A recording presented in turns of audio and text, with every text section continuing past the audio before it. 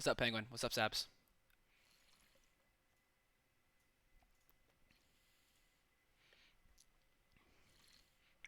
That sweatshirt's sick. Yeah, it's the ultimate doodle hoodie. I really like it. I just got it today or yesterday.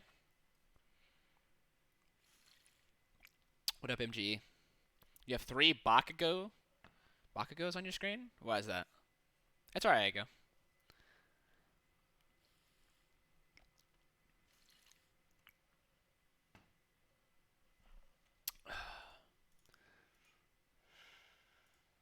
I'll probably wait a couple minutes until people can start filtering in, and then I'll start watching it.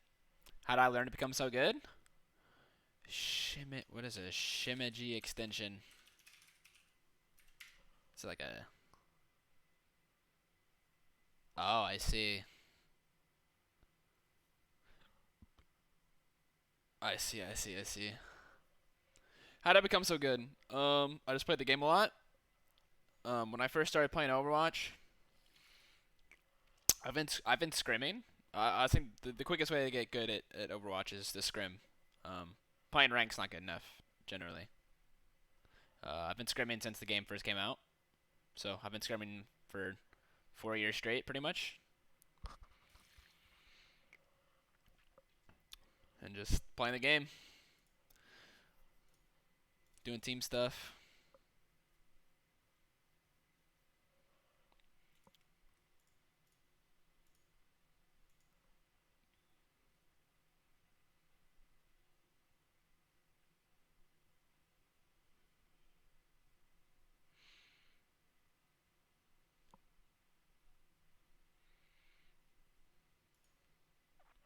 What's up, Snowpoint?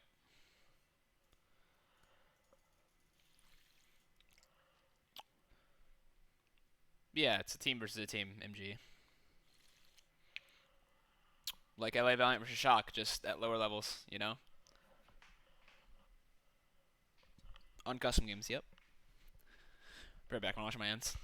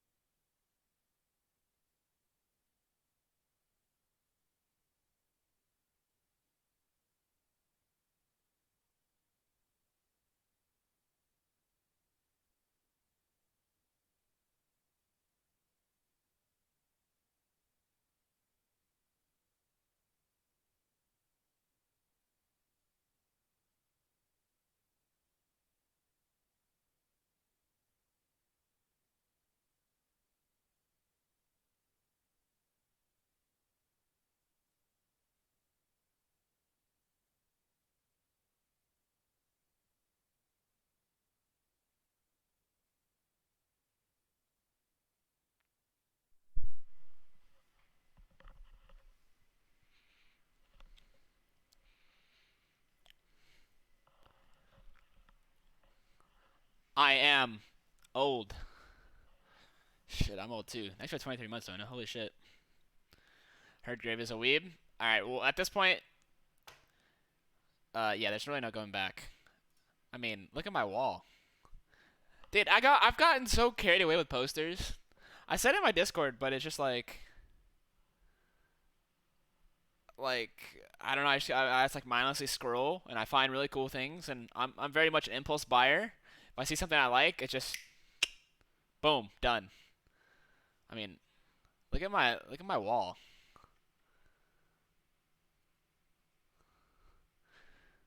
I've got. I wonder if I could point. So that's Hyoka, A Place Further in the Universe, Princess Mononoke, Food Wars, Hunter x Hunter, Haikyuu, Hunter x Hunter, Haikyuu, Bunny Girl Senpai, Hunter x Hunter, Haikyuu, Made in Abyss, Ping Pong the Animation down there, Kaguya-sama down there, Vinland Saga, My Hero, Run with the Winds. That's like Attack on Titan. Um, That's like Attack on Titan. Attack on Titan's kind of like a shocker thriller type anime, so I mean maybe The Promised Neverland. If you haven't seen that, it's pretty good.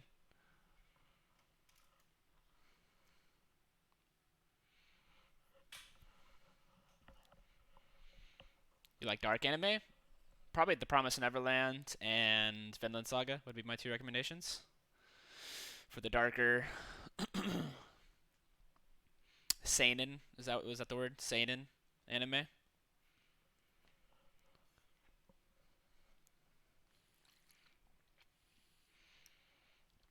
But yeah, I've gotten carried away with posters. I have another one flattening on my floor right now with my Hunter x Hunter manga.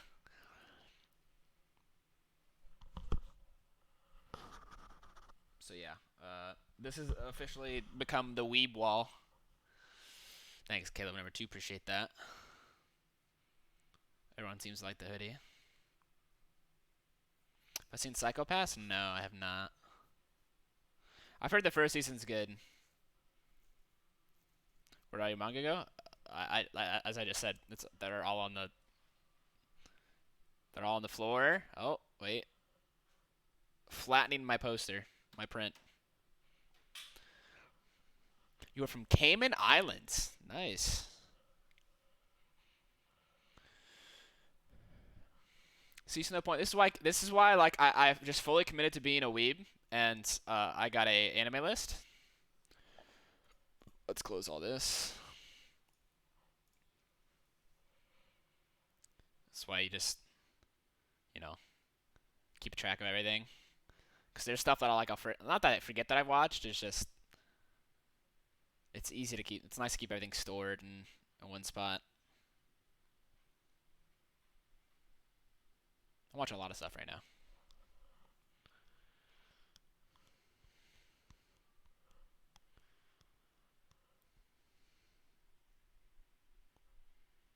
Like what, 610s?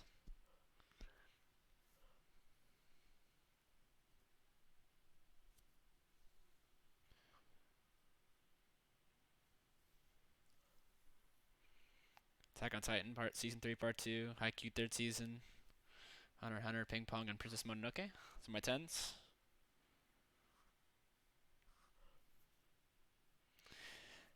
Yeah.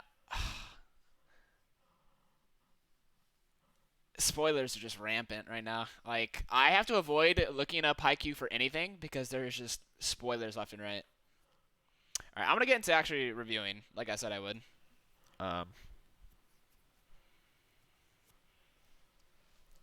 Yeah, dodging Haikyuu spoilers, it's tough.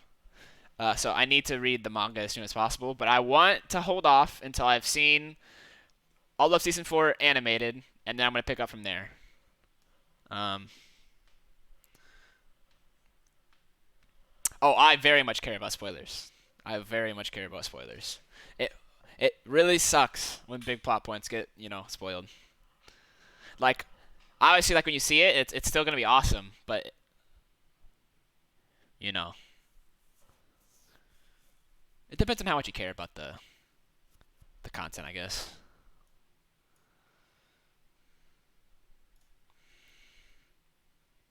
All right. Now, watching the first couple of maps here is gonna really suck because we played like dog shit as a team.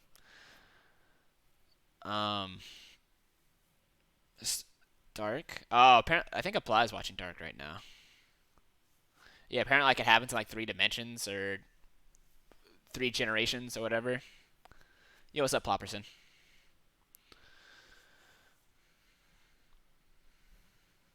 That's what my one big gripe about anime is that almost I don't want to say every anime, but most animes are come from manga. They're so most of the time the anime is not fully cut up with the manga, and a lot of the popular series, people who read manga think they're some sort of fucking superior specimens, and they just spoil for everybody. Like I don't really get it. I don't know why they think they're so cool that they know what anime only watchers don't. I don't really get it. I don't really get it. Um, read manga, watch anime, do your own thing. But it seems like if you're like a manga only reader and you spoil on purpose, that it's like a way for you to like have power over somebody and like it's the only sort of entertainment you have in life, which is kind of sad. Ruining things for others doesn't. It's not a personality trait. It's not. It's not a personality trait.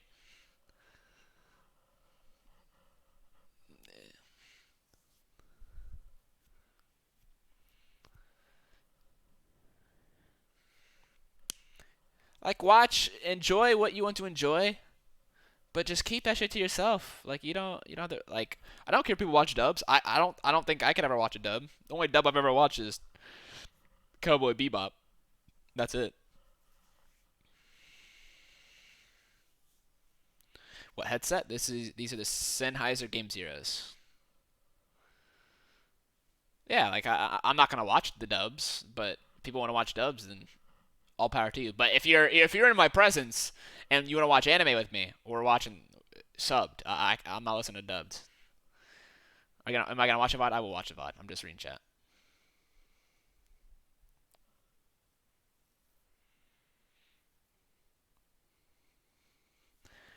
Of the people that Thanos didn't snap away from Al, what do you think would be a good Team USA? Uh, I don't know to be honest. Super main tank, mirror space, off tank, Nero, flex CPS. Who even is an American hit scan anymore? I don't know. DPS is weird because almost all of the World Cup players have been deleted. All right, I'm gonna start watching the VOD. Like I said, watching these first couple maps are really gonna fucking suck. Cause we played like shit. Really bad. Our tempo was really slow. We were baiting each other a lot. Timing was really bad. KSF's not a hit scan though. I mean, he probably can play hit scan, but he's not a hit scan player. At least not this year. What's up, Disable? Music on or off, chat? I kind of want to have it on, just in the background.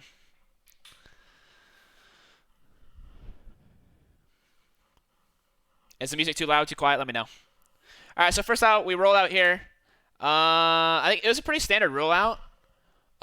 Most teams end up rolling out where they have their Ash Mercy up here in the top window, and then everybody else come down here for LOS. Our rollout here was not good, or at least in general is not good, because we play to hold as much space as we can on this side of the map. But what ends up happening is I get stuck like here, and they have like a crossfire on me, and it's really hard for Lasher to get consistent heals on me. I need to have the... Okay, never mind. What's the play button? I need to get these keybinds figured out. Hold on.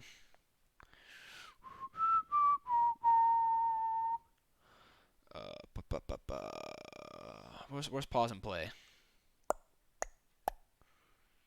Is there no pause and play button? Were you guys expecting Mayhem to run the mirror? We had... I think we expected him to run some, but we didn't think it would be the mirror the entire time. Where's pause, stop, and start?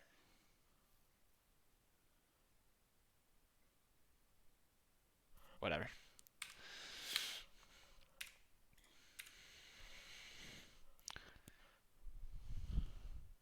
So like right from the get-go, they're already taking like tons of space. Like look at the space that we're holding, and look where the Florida tanks are holding. They have like complete control over our side of the map.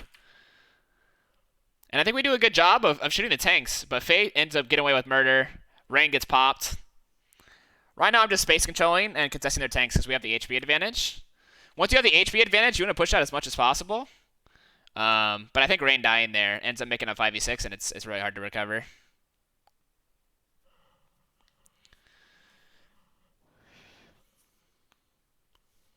Can't hear it? Oh, you can't hear it. Oh, yeah.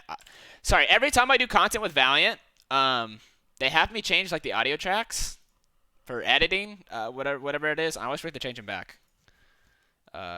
Sorry, real quick. All right, there you go. Audio should be back. Sorry about that.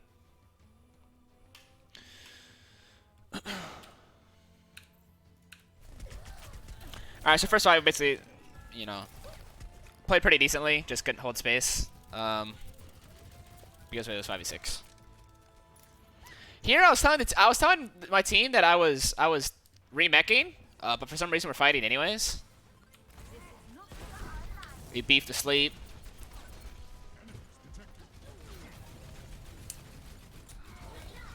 I mean, KSP this whole series, like even when we were playing poorly, KSP was just dunking on everybody.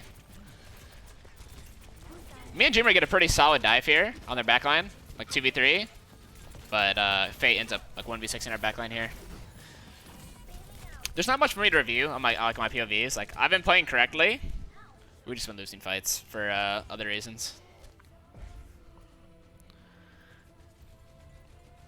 Yeah, Shang should be back. Sorry about that. So here's where the fights really start kicking into gear. Oh, wrong button. Okay. Now I'm gonna give you a little insight on comms here. I think this is the fight where Kyle said he wanted to EMP. He was calling, hey, I'm going to EMP the tanks, So me and Dream were like, we're ready to go. I think he called it, and either he didn't have the EMP yet, or he, like, held it. I don't remember what the reasoning was. Oh, he never explained the reasoning. But I think... Because I think he calls us to go in here. Right, because I shift in. To go. And I'm sitting here waiting for the EMP, and I get EMP'd first. And so we end up shifting into a 3-man EMP, and we just get fucking deleted.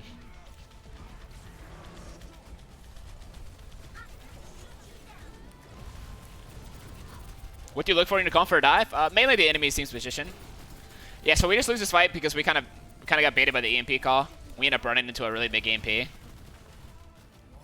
He got hacked at 99%. Yeah, so... It's rather unfortunate. It's just, while I was in game, I can back my head. I was like, dude, Kyle just baited the fuck out of me, dude. Like, I just got baited so fucking hard.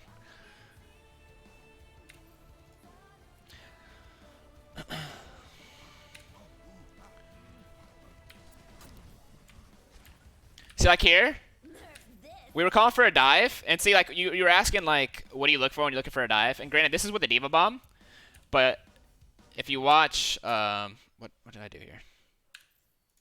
If you watch what I do here, I want to make sure I take note of where they're all positioned first. I see where their backline's at. I see the position where to throw the bomb, and we call a dive. I use all my matrix to draw aggro, and I just throw a bomb with my monkey.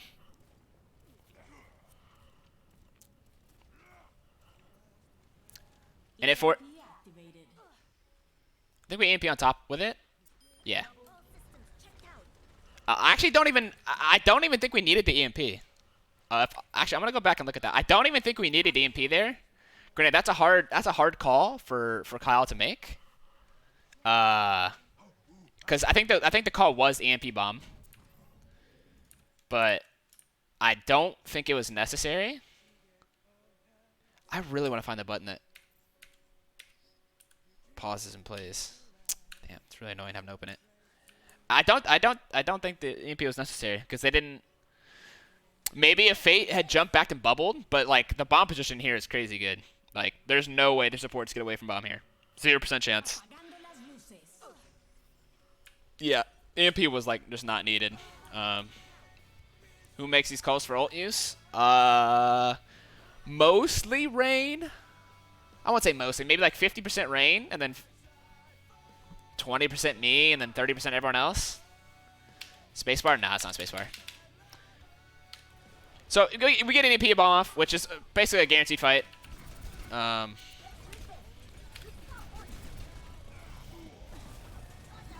you hover over the button.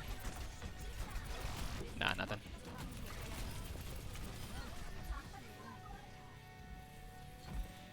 You can set it in options. I looked for it and I couldn't see it. Hold on.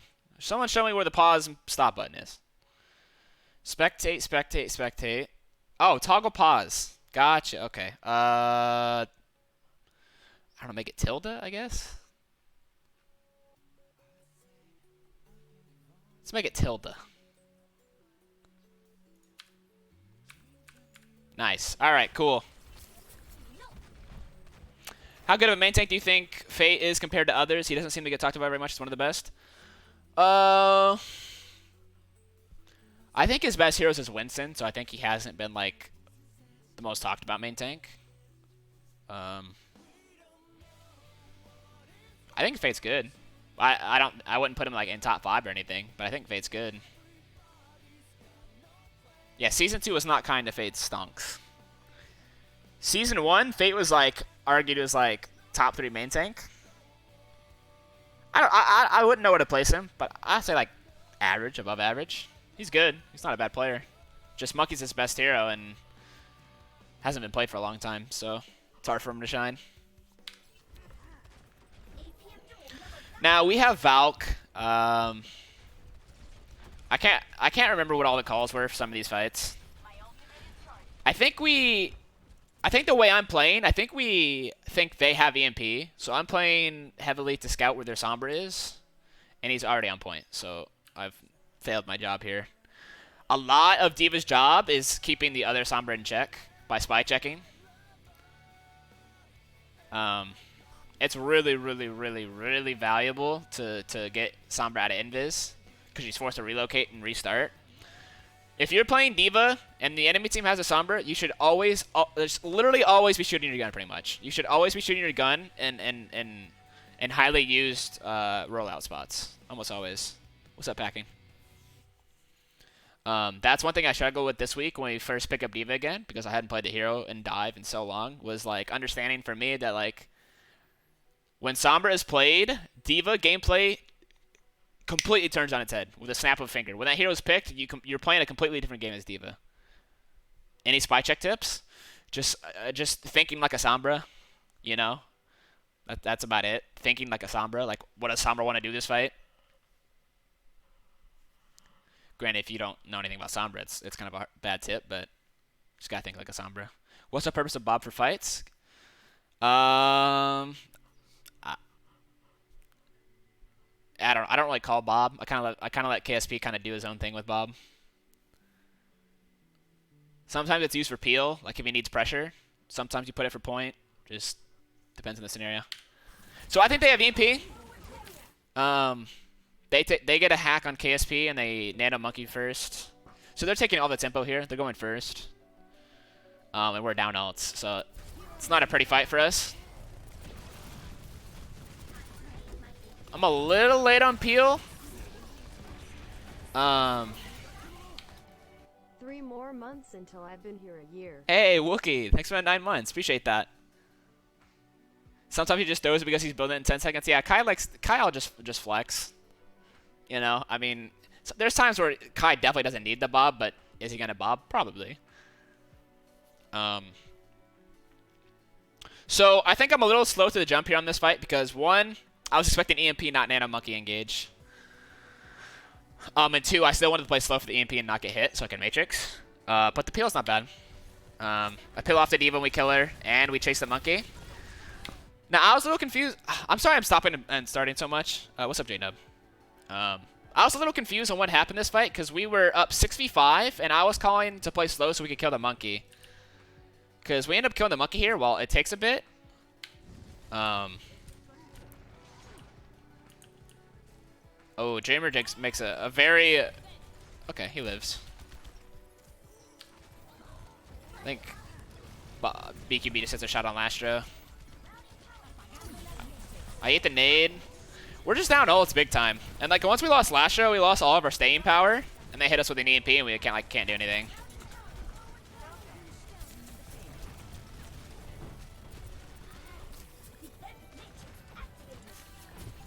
How hard is it to not mess up KSP and KSF because their names so easily alike? I just call them Kyle and Kai. Granted, their names are also very similar in that sense, but it's usually pretty easy to distinguish when I'm saying Kyle and just Kai.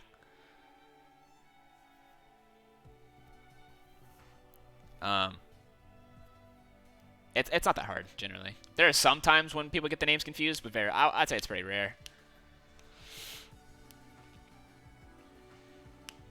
Back into KSP simp? Dude, I'm a KSP simp. I think I said it somewhere, but at halftime, we were all pretty pissed off with how we've been playing. But I told the team, I was like, dude, Kai is legit killing everybody, and we are losing. We are doing this man dirty. We have to like find a way to get back in the series and play better. All right. So this is pretty much talked. We were at a serious ult disadvantage, and we ended up losing our flex support. So not a whole lot to see here. In general, we lost this map pretty much on the rollout when we fucked up the rollout. I didn't play terribly that round, though. I don't think.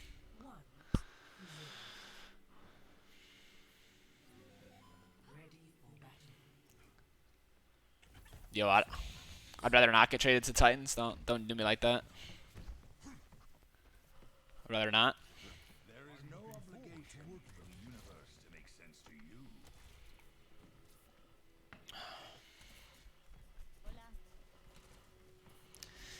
Fun fact, did you know Halsey is an anagram of her real name Ashley and also the name of the street where she dated an older man? I knew the first part, I did not know the second part. Interesting. Okay, so this is, well, I said Diva gameplay, but this is the one round where I play Sigma.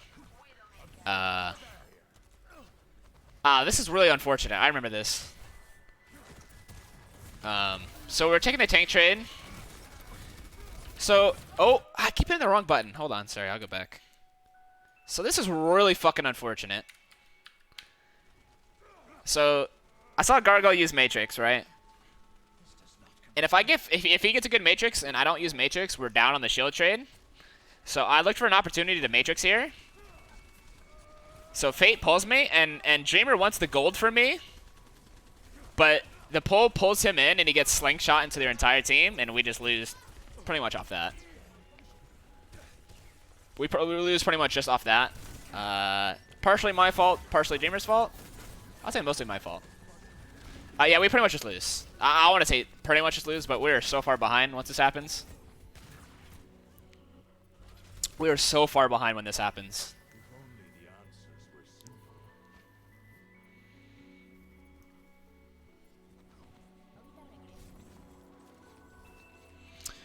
I'm trying to remember what we called this fight. I think we just said to rotate. I think we wanted to rotate, and I don't remember what the goal is when we rotated.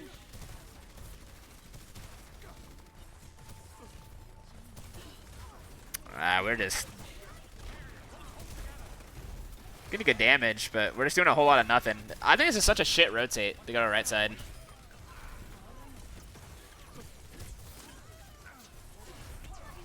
I have no shield, no heals.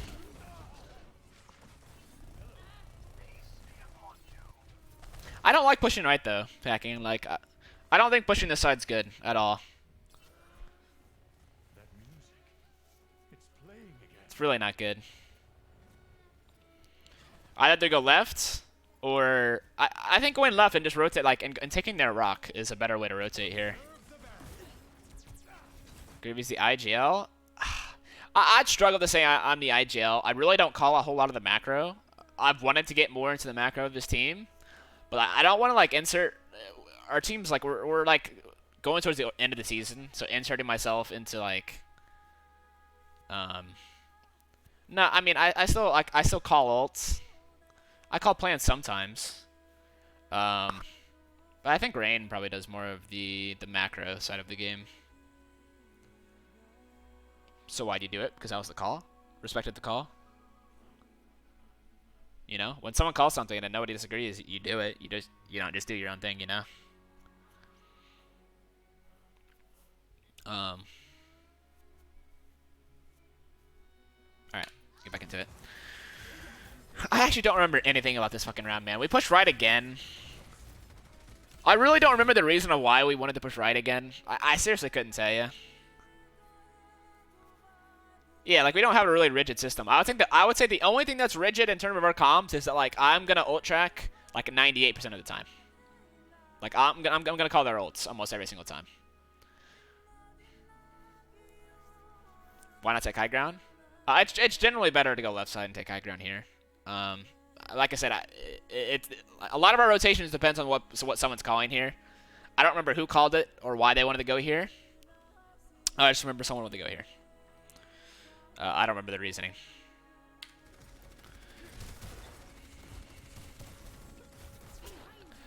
No, I kind of remember this fight. So we started going right. Someone called to go right again, and then I think me and Jim were like, nah, fuck this shit. Let's go left.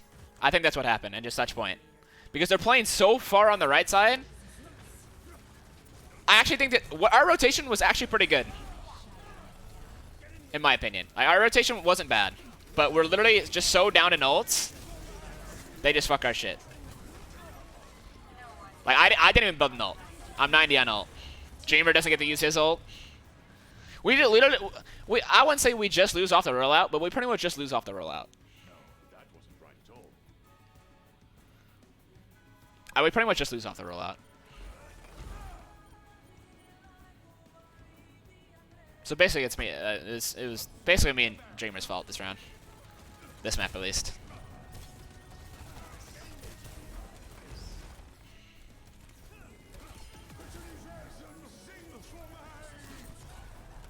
Wait, do we?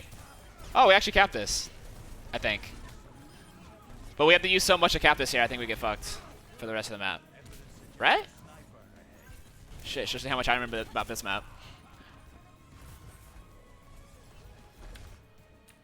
Why did I not get healed here?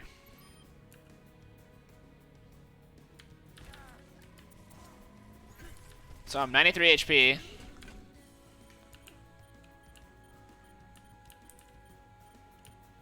Oh, is it just rain back there? Oh, that's why I didn't get healed. Okay, our communication definitely sucked at the start of this.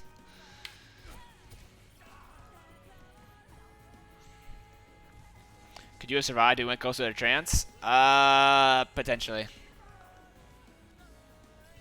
What would you think the team is lacking? What would I think the team is lacking?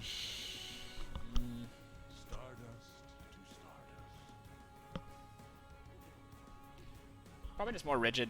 Probably macro. Just the ability, like the ability to listen and have better macro as a team.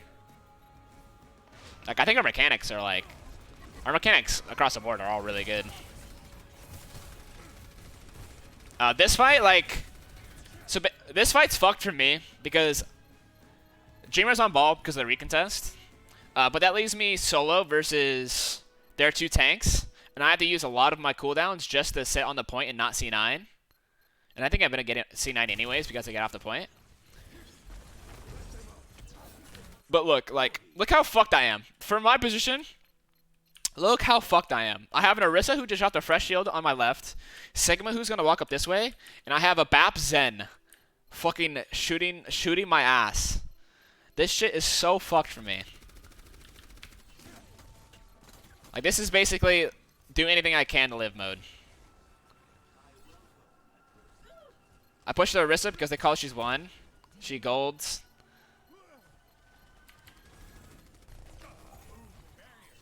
I shouldn't have seen 9 point, but kind of irrelevant to the bigger picture. I kill Yaki. Oh, yo, I kind of popped here. And then I get window rocked. Macro? Do people not know what macro means? Macro is like calling plans, calling ult. Like what is the team going to do this fight? It's pretty simple. Micro is like your individual plays. A macro play is basically what you're gonna do on a larger scale. Like you're gonna use X ult here for whatever reason. Micro and macro is big and small. So like something small would be like KSF and Dreamer saying to each other like, "Hey, let's dive Zen." That's a micro play pretty much. Like they talk to each other mid fight for a micro play. And like your individual mechanics in a sense. Macro is like I said, the bigger stuff, the plans. Yeah, exactly, Wookie. I did about as much as I could there on Sigma. Granted, it would have been great if we didn't see 9 point here, because we would have like another 20%. That's actually really, really big fuck up on my part. But I was like so desperately trying to stay alive. Was there a strong point? Yeah. I mean, when we're playing well, our macro is usually put in a good spot. We're really inconsistent with our macro. It's our macro and our tempo. Like, tempo is basically like the speed at which you take fights and engage. Our macro and tempo are probably our two biggest weaknesses. So they solo EMP our Zen to get a free kill. The only thing we could have done there is Rain potentially hitting a lamp during the EMP animation. But while that's happening, I get pulled. And look at poor me, dude. Just watch this in slow motion. Just watch. Look at this. Look at fucking Fate and Gargoyle. They are just pushing my shit in. Like I can do nothing. I can do nothing. I get lamp. I rock the sig. I'm just desperately clinging to whatever shield I have left, and I just get fucked. I can't do anything on this fight besides maybe playing further back. Do you remember what Packing said at halftime? Alright, Packing's not going to like this. But for me, not to say I don't... Okay, I listen to halftime speeches. But they're, for us as a team, it's pretty much always the same thing because we always have the same problems. It's always like... When we're losing,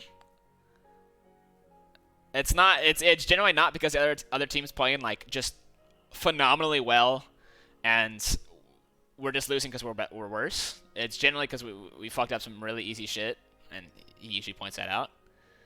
We did make it, but this is a rare halftime where we made actually a ton of adjustments. For me, during halftime, they wanted me to mark the monkey more, which I was fine to do. Yeah, there wasn't really a big. You're right. This halftime was a little different. We made a shit ton of adjustments on individual levels. Like I ended up playing Mark the Monkey a lot during halftime or after halftime. And biggest thing was getting Dreamer and KSF to be more aggressive and to die first because well, I'll explain later in the series what that entails. Yeah, but we lose here. Once Lasho died, it was over because that was our trance and all our healing. So go to map 2.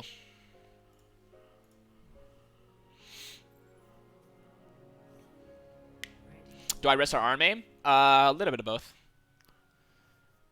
A little bit of both. Hey, Victorion. Thanks for 2 months. Appreciate that. Appreciate that.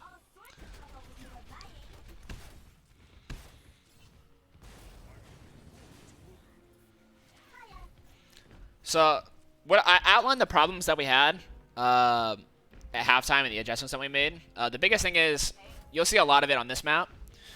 Mayhem opts to play the Winston Sigma comp, which is a comp that we used to run a lot. But I think the Winston Diva is better for a number of reasons. What Spectator client is this? Is available to regular viewers? I don't think so. I think it's Alice specific.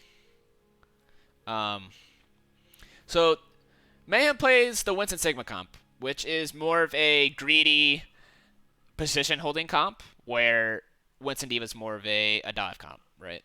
Like, I would struggle to say that Mayhem's comp was a dive comp, even though they played really fast and their monkey dived a lot. But the biggest difference is Winston has almost it doesn't have the matrix. It doesn't have the diva pressure to make dives.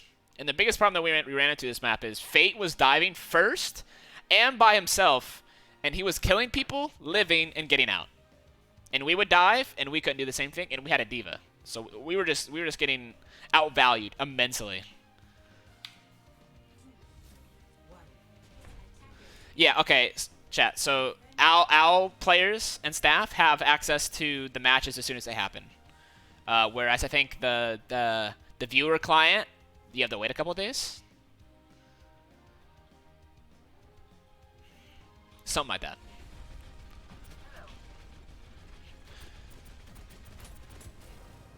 So I'm just spamming for Sombra here.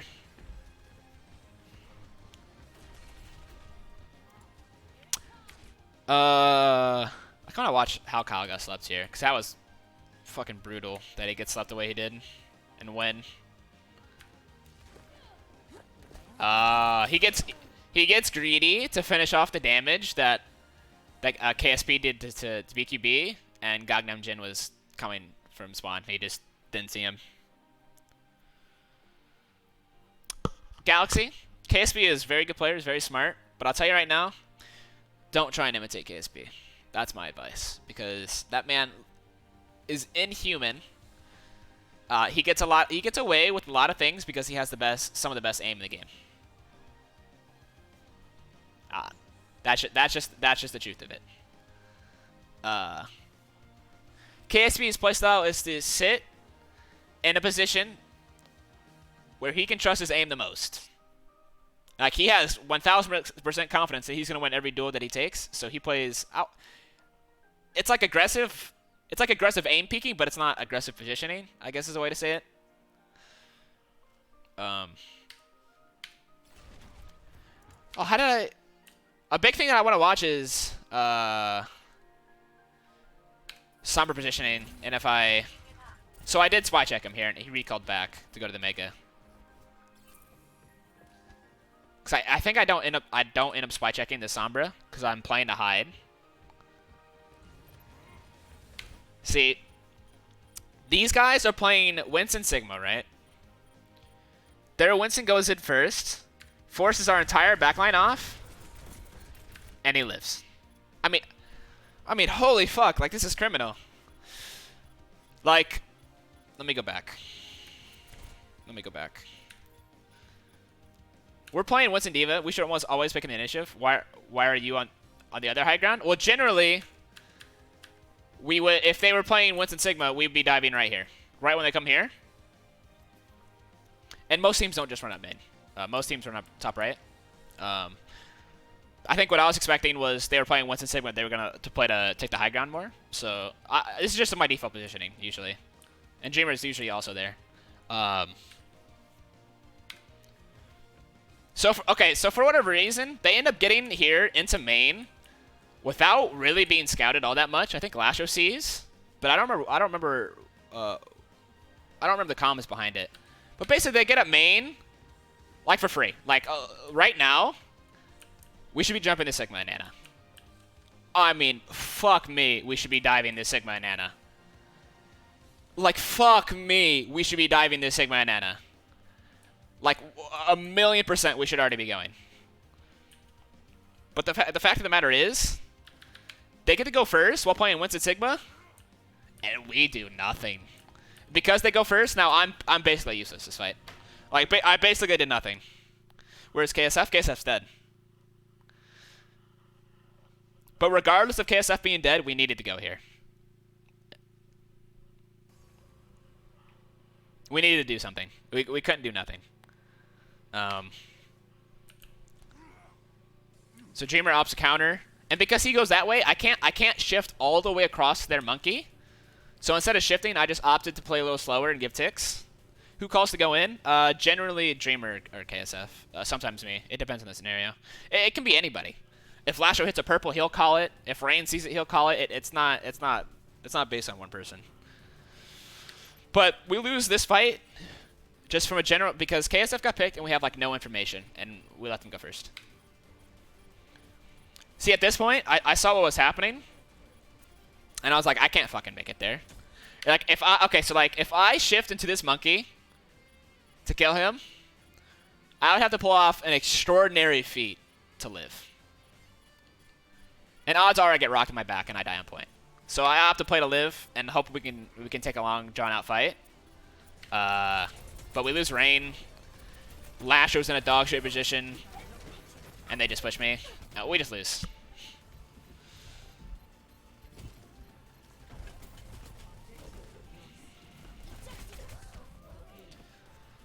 A lot of that's on KSF getting swept. We lost so much info and so much pressure because of that. What's up, Pataya?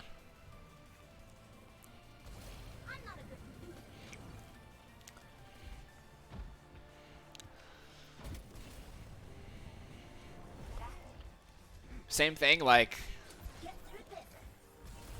I think we push out the Winston here. At least we should. Yeah, I push out the Winston. But it's like, just like... Even now, like once a Winston is pushed out, I end up chasing the Sombra, stopping her again. We should just be looking for any opportunity to go. Now, I'm not going to watch KSF and Dreamer's POV here. I want to watch my POV.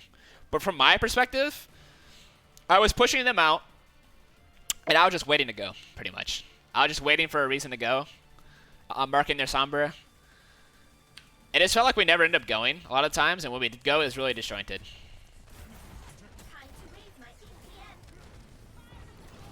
We called the hack monkey. Dreamer gets solo EMP'd. Him and KSF get EMP'd. I stop res. That's huge for me. But right now we're at a serious ult disadvantage, so I'm just playing as slowly as humanly possible because we have like no ults. Like we used our nano. I'm just hoping KSF lit. Fuck, that's actually so bad. Did KSF die with translocator down?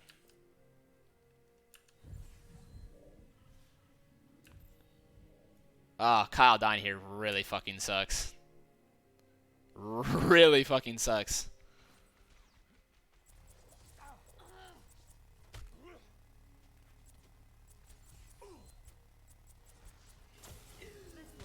That is greedy. That is really greedy. Yeah, if Kyle lives here and gets out with EMP, I think we like 1000% have a better chance of holding at second. But now we're just in an absolute dog position. We have no ults to play with besides Bob. They have a Valk running, and we have like people coming from spawn.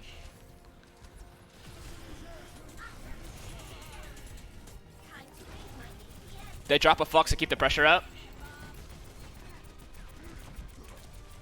I'm just shoving out Fate. Force Nano onto Fate. Oh, I remember this bomb. So I think we're playing like granted, like regardless of how much we've been throwing, this isn't terrible, all things considered. Do I spec check on every off tank or is it like Diva and Sigma mainly? You should do it with any off tank in my opinion. Like if you can afford to shoot your gun, I think you should do it versus Sombra. Like even Roadhog, if you leg flick and hopefully you hit her once, I think that's worth. Was his translator up? It was up. He just got greedy. Anybody can spy check, unless you're like purposely trying to hide. So I think what we're doing here is I'm playing slow, waiting for EMP, and I wanted the EMP bomb. I'm just desperately trying not to die here. I want to hold this space. Okay, so this bomb gets a kill. But I wanted to toss it off the ledge, and when I threw it, I thought it was gonna go off the ledge, and it would hit the people down there as well. Granted, it worked out. I don't know what Gangnam Jim was doing, but I baited the fuck out of him, I guess. We take those.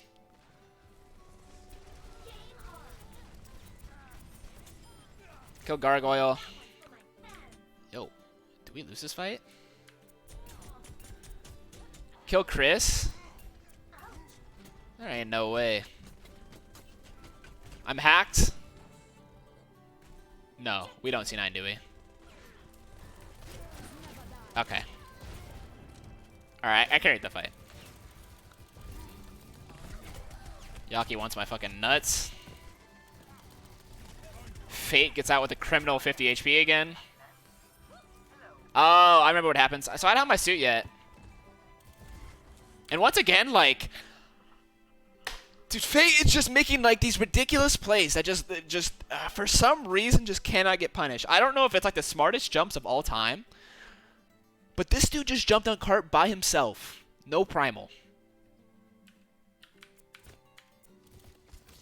And he takes 200 damage. Regardless if they have VP, like, he should not be able to do that without dropping bubble at least. And I get EMP'd out of my suit. Dreamer dies EMP with primal, we just lose. Regardless if they have EMP or not, like, it's probably a smart bait play. But that man should not only take 250 damage and have a full bubble. That should just not happen. Just never. Never. Same thing, Fate's jumping in. Now, at this point, we're getting really anxious because we had just lost 2 points in a row. And I think we try and get greedy and, like, push us the Sigma. Like, look how fucking low Dreamer already is. We just barely left spawn.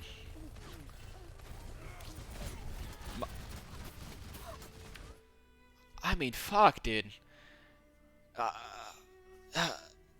Like, this isn't Lasho's fault.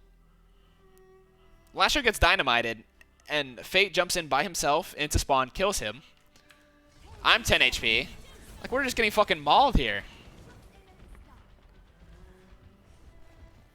Who should be pressuring Fate? Then, if I'm in suit 1, 1000% me, but it should literally be anybody. Okay, so like, what I explained earlier, they're playing Winston Sigma. They have no Matrix. Literally, if Monkey makes jumps like that, everybody in the fucking game should be shooting that Monkey.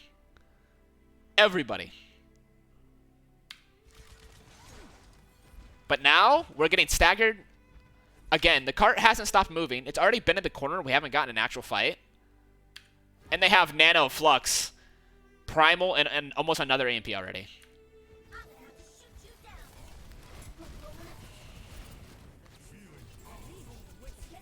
He calls a hack on Sigma. So we get a good dive off, but they have a fucking Nano Monkey in our spawn. Once again, Lasho's just getting fucking mauled. And what do you fucking know? If Fate doesn't get it, oh my god, look at Fate's health. Look at his health. This man is a fucking criminal. In every sense of the word, this man is 7 HP. This man is 7 HP, and he gets out. Criminal. That is criminal.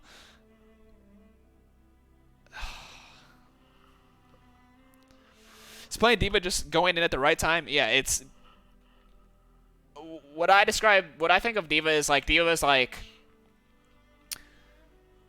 You guys know the scene from, the Thanos scene where he has a knife on his finger? And it's like perfectly balanced. I like to think that one part of my dive part of the team is on one side, and my backline part is in the other, and I'm the middle. I'm what balances it, and I can kind of pick and choose where I go.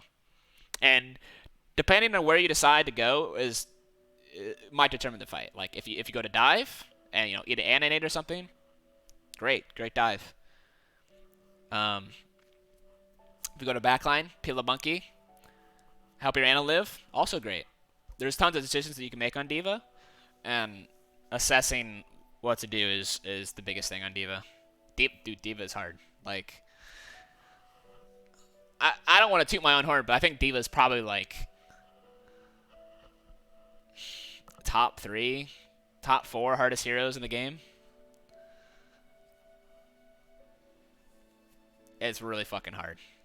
Really fucking hard to get to play at the highest level. But yeah, Fate's a criminal. He lives, drops a bubble. He dies eventually, which is great. I get EMP'd out of my fucking remech. I don't know if Yaki did this on purpose, but that's the second time. What's the hardest hero?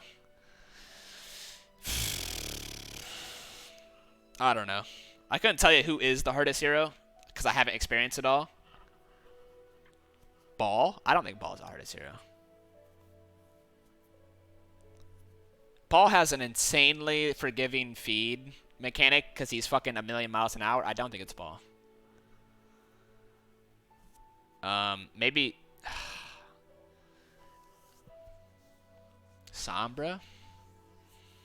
Really?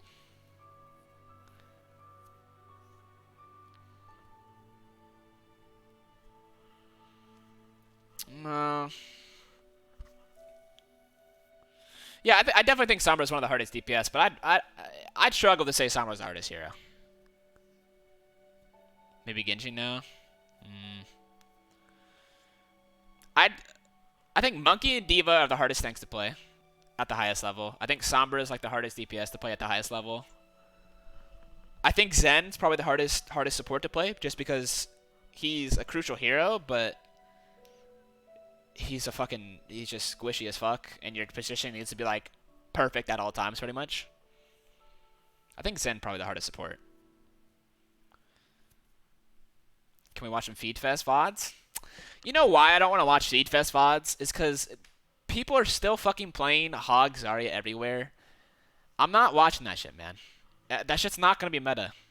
It's not. It really hurts to watch Hog Zarya mirrors. I couldn't bring myself to watch most of those matches. Like, listen, like this comp right now that we're playing, Sombra, Ashe, Winston, D.Va, and a Mercy, I can almost guarantee you would fucking dominate. Maybe you take out Ash for like Echo or Pharah or something, but that shit would poo on Hog Zarya. I don't really get it. I'm not sure why contender teams are falling back on that.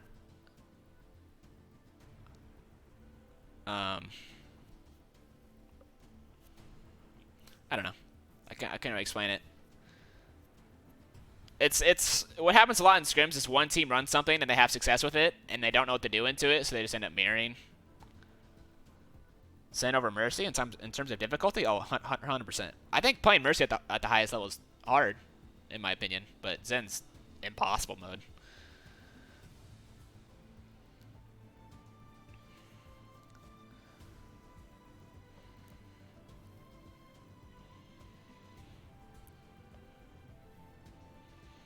Yeah, and Jonah played Zen in like one of the easier, in one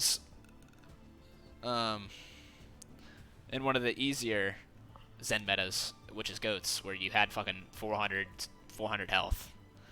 Playing it in Dive is brutal. He won MVP in Dive, did he?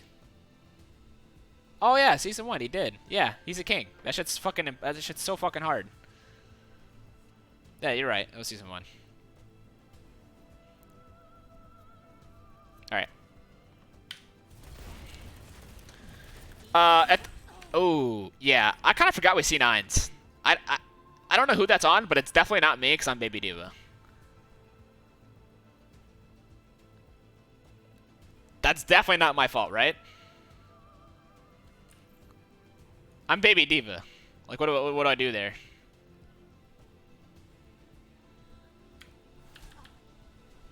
So Rain's touching cart. He got hacked. So he hides from hack. Lasho's anti. Oh.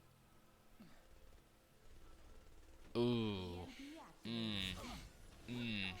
That's either on Rain or KSF. One of the two. I'd struggle to say that's my fault. Yeah, Kyle kind of EMP'd pretty deep. I'm not sure why. We just needed an EMP on cart. We didn't need anything fancy. We needed EMP on cart, kill Sigma. Let me get my backpack. We were fine. Where is Dreamer? I think Dreamer was dead. Yeah, that sucks. That's really fucking bad. We had an awful, awful, awful defense. And it's not even like individually we're playing that bad. Well, Kyle said it himself. He didn't have a great map, this map. Same with Dreamer. But across the board, it's not like we're playing worst Overwatch ever. But there's a couple key mistakes ended up fucking us big time.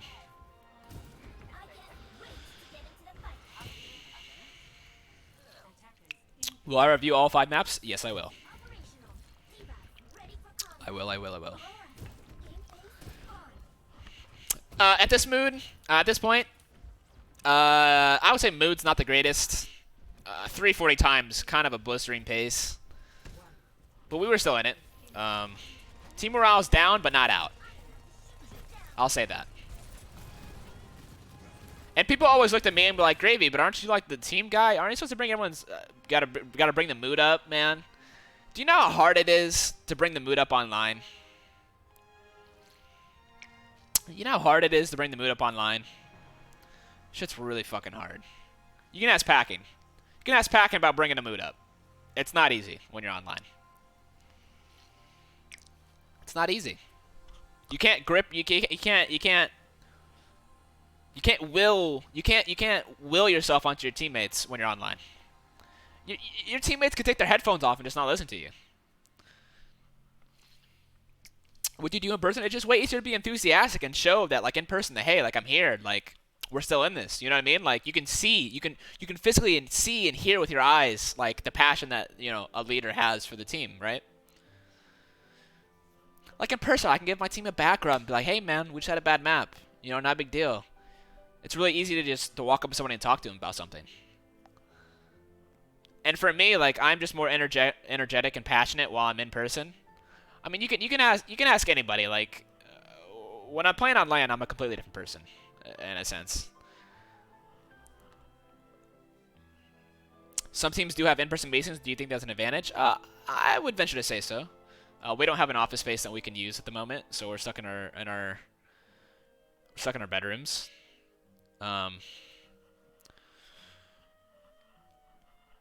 Which is tough because everyone's been locked in the rooms for forever, and you know we've had a couple of shitty maps. What happened to Val Campus? Where we were playing, it shut down because of Corona. Like the office space. The old campus that we had, we don't have anymore. It's not ours because we're building a new space. The temporary space that we were using, it shut down because of Corona. So sucks. All right, let's go back into it.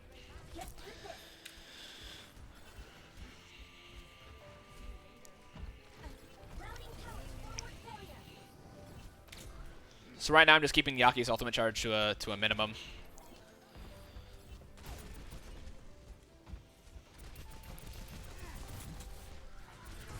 So I mean, okay, so you know, playing on the LA Valiant can really suck sometimes, but it is fucking phenomenal to just not have to do anything sometimes. Just play the game, and you close your eyes and you open them again, and it's 6v4. It's great. Yeah, I can't complain about a fight like this. I don't have to do fuck all. Yeah, we might be broke, but shit, it's real easy to play the game when shit like that happens. You want me to watch this POV? All right, I won't do too many other people's POVs, but I'll watch Kai just for this one. I mean, look, just look at this, man. Just watch this in all its glory.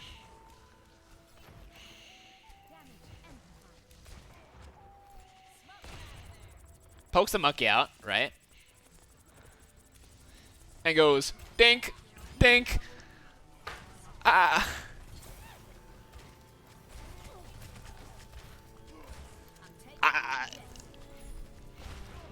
What do you do if you're the other team?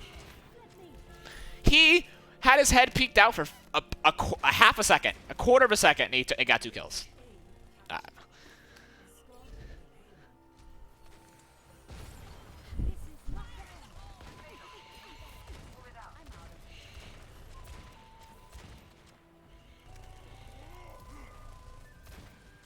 Alright, we'll go back.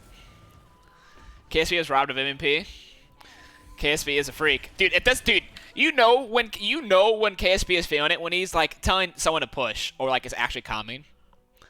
Kai is usually a very reserved and quiet player, but he was literally just holding W and dinking their entire team. The entire time. He just held W. He's like, yo, push, push. Look, he is fucking frontlined right now. Look at this dude. This dude's frontlining. He's feeling this shit. Granted, he almost gets hacked, so he coaches back. But he was like, yo, we need... He was like... He had his foot on the fucking gas pedal, this map.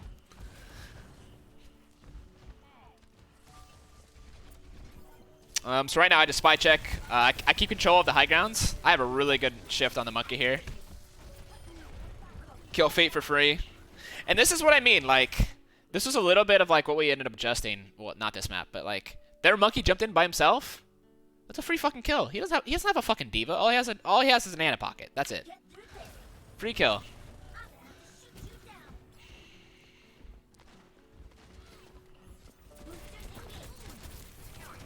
Now we had a really disjointed dive here. I don't remember what the trigger was. Oh god, I don't want to watch this. I don't remember what the calls were, but we had a really disjointed dive, and I get really low. And for some reason, I thought we were still fighting here.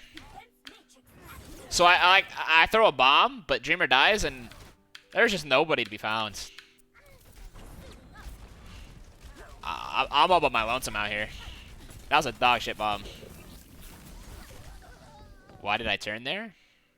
What do you mean?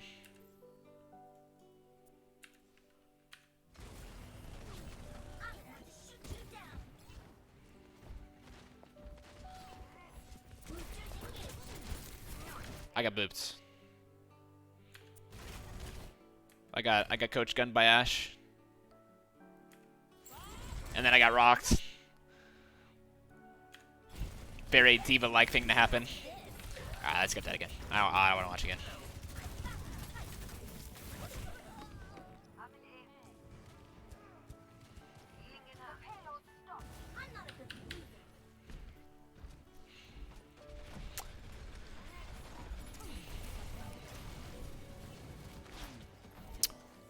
don't really remember what the plan is. I think the plan in this fight is just the EMP push. But I want to get pressure on Cart. Yeah, we just pop Gargoyle. And this is the weakness of the Sigma comp.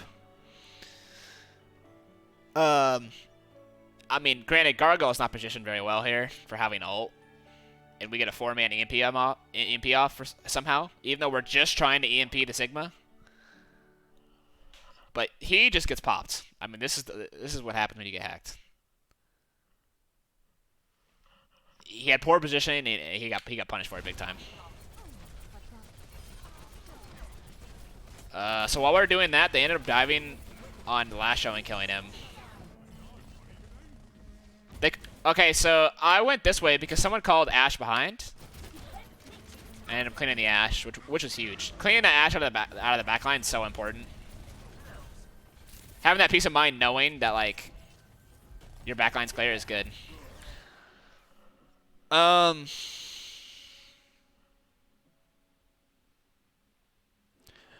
What are the ult plans looking against better ults?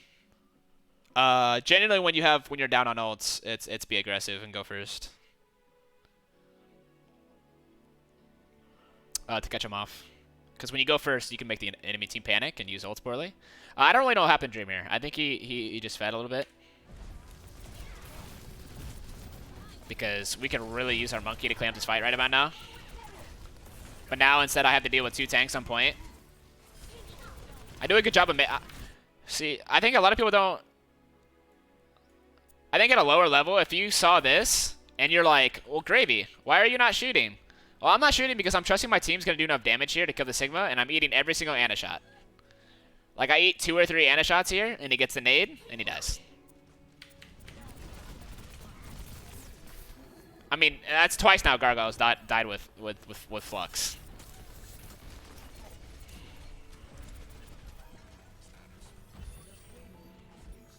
Like, cutting off Flux multiple times is crucial to winning this point.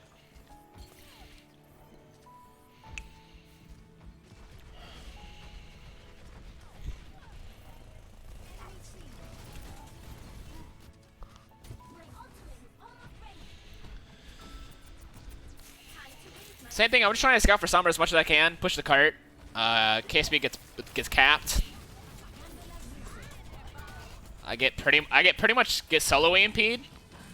Like, from my point of view, like, I'm drawing so many resources. Like, the fact that I just got solo EMP'd is crazy to me. Like, I want to die as Baby Devo. Just to go next, I think they had a big ult advantage. EMP's rough. Okay, there's not much I can do as a diva as getting solo EMP'd. There's not much I can do there.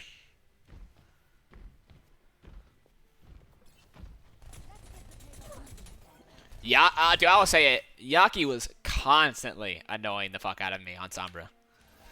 It is so obnoxious when that Sombra play is just out of range. Okay, so a really good Sombra. Let me go back a little bit. A really good Sombra will know to play just out of range from a Diva Shift. So if I like commit a Diva Shift, he would get a ton of ult charge on me, and I'd be so far out of the fight. A good Sombra will know how to keep her distance, but also pick out good targets to farm ult. Like, Yaki was just so fucking annoying this entire match.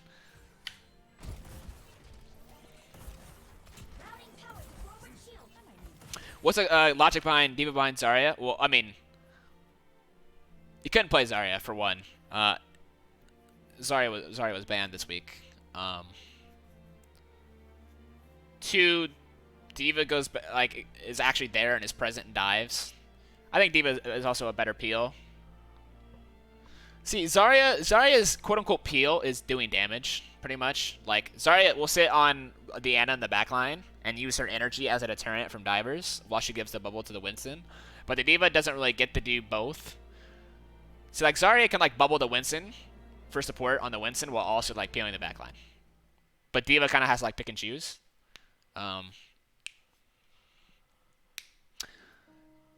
Zarya is probably better.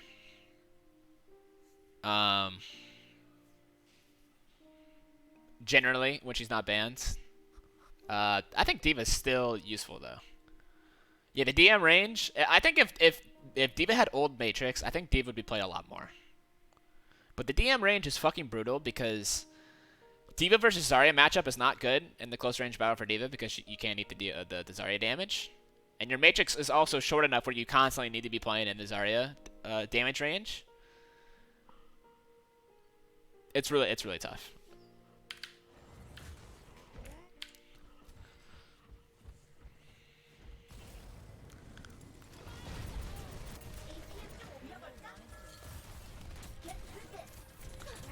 That's really bad for me. I shouldn't be allowing myself to get hacked like that right off the rip at the start of a fight. I should be able to react off that and cancel the hack. But I basically end up... I mean, they use a lot of ults here. Like, I'm critiquing myself, but realistically, they use 3 ults for nothing, which we'll take. So this next fight, like, 1000% should be our fight to win.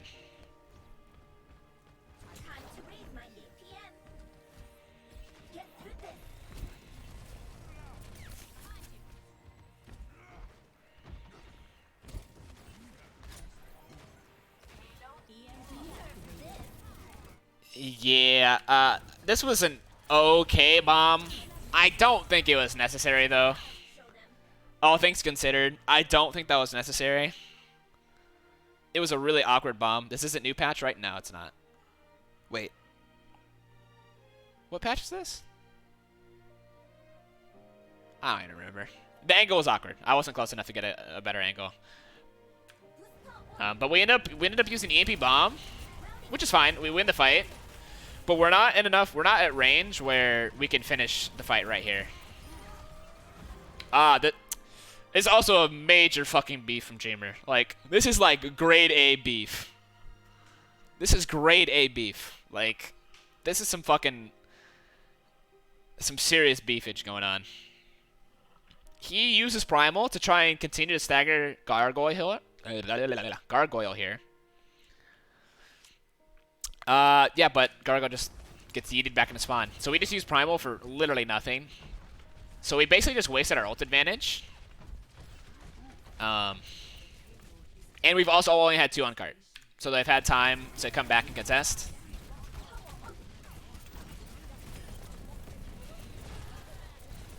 Kyle dies. Yeah, this was not a good map for Kyle and Dreamer, that's for sure. Dreamer dies.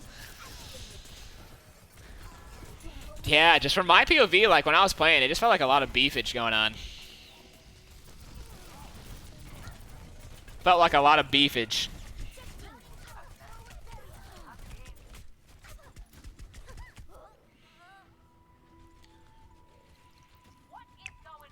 Are there any players that are a threat you just have to adjust the plan to, or does your team mostly stick to the original plan? I think generally we stick to the plan. I don't think there's any players outright that change the game so much on an individual level that we have to completely change our game plan. Maybe if like a Hitscan's having a really good day and he's hitting all his shots, we'll adjust. But that's just Hitscan. Like, if a Hitscan's having an on day, you have to do something about it. But I wouldn't say it has anything to do with the player, just more like the day they're having, I guess. But you have KSV though. I mean, KSV's fucking like one of the best Hitscans in the game, but even there is sometimes where KSV loses mirrors. It's gonna happen. Like, your Hitscan's not gonna win every time.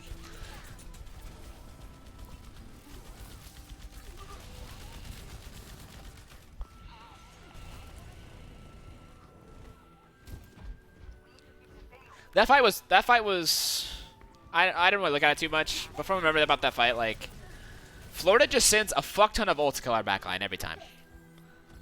And, like, I could have played more towards peeling the backline, but with a Nano Monkey getting on our Ana every time, there's not much I can do.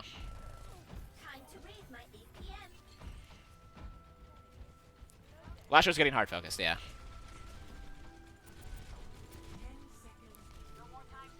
Like, basically, I want to buy space, push cart, and also try and check the backline pressure as much as I can. Like, this fight I saw. This fight, I wanted to peel for my backline here. I'll even show you the thought process while it's happening. I'll show you the thought process while it's happening. This is okay. They're gonna go for our backline this fight. They have Primal. I know Fate's gonna go for the backline here. I see how he's positioned, right? I look at him. Look at this motherfucker. What do you think this guy's gonna do, huh? Look at this. What do you think this motherfucker's gonna do? I see him jump. I want to peel. I miss the opportunity to boop. I'm like, oh, sick. I'm gonna fucking peel. And then I'm like, oh wait, it's overtime. I need to go back. I need to go back. I need to go touch the cart. Because if I had committed all the way, we see 9 here. 1,000%. 1,000%. My backline's also not really in any real danger because he jumped in an awkward spot. I just stop hacks, and once a monkey jumps in, it's out of my hands. Like, I can't do anything for them at that point. So I go back to peeling for Dreamer. I think I woke up that monkey. Oops. We call EMP, and I wanted to bomb with it. In hindsight, bombing there was dog shit. Dog shit. Like, really bad. I'll explain why. While I'm out of suit bombing, yes, it forces LOS and I get the Diva mech. But you lose a lot of my damage on the suit itself, and my team is getting pressure from people that are LOSing. Like, basically my pressure has just been removed off the map for like 3 or 4 seconds.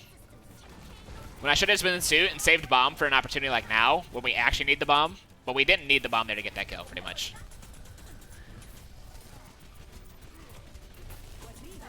Like, we're so fucked at this point. We blew EMP bomb to finish a fight. Kyle died after EMPing, and they have a nano monkey and a shooting for free. Like, it's just impossible for us to win at this point. I get solo EMP'd on cart. Hey, Alexio, thanks for the host. Appreciate that. We make it kind of close, but I'm just out of my suit. We have no ults. They have perfect LOS and they have spawns, and BQB just hits the fucking the big fucking 3K in the back line.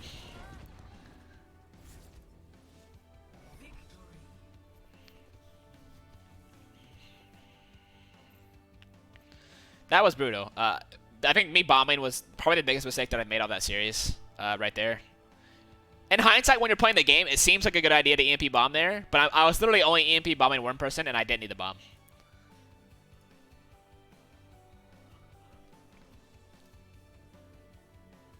Alright, let's get into full sky. So this is where we make the halftime adjustments.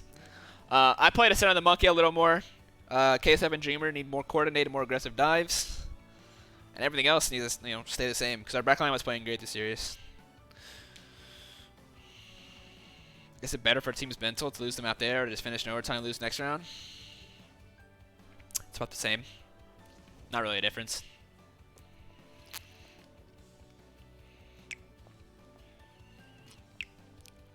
Yeah, I remember seeing that nade, Mentos. He threw the nade in the bubble and it didn't hit him.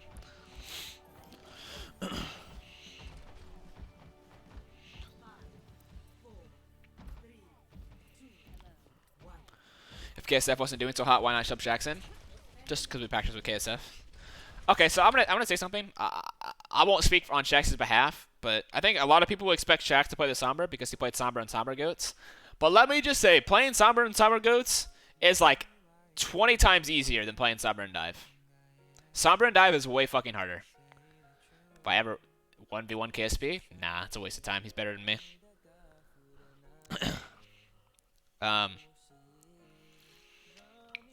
KSF's just playing our dive Sombra, so we stick with our players.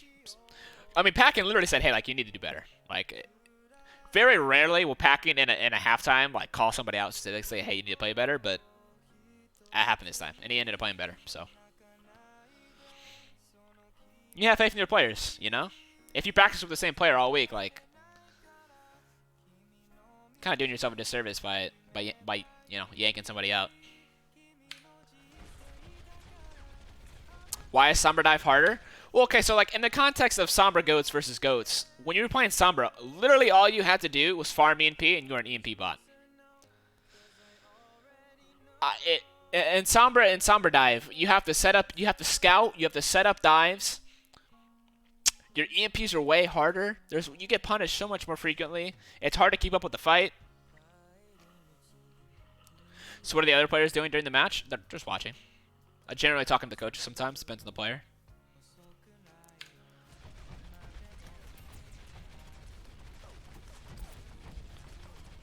Now, I don't remember if I scout Yaki. But by the looks of it, I did not. He's already in our spawn. So I did not spy check Yaki. He's already in. So I just pressure Freight off the high ground. I don't want to get too greedy here. I want to keep spy checking. I want to try and find the Sombra, and I want to control the high ground.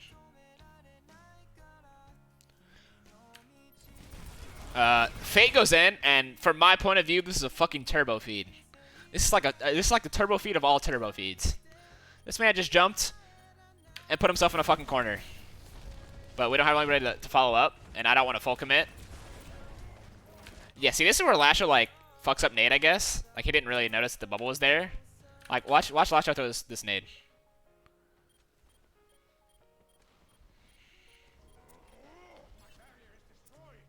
Look at this guy. That's just tragic.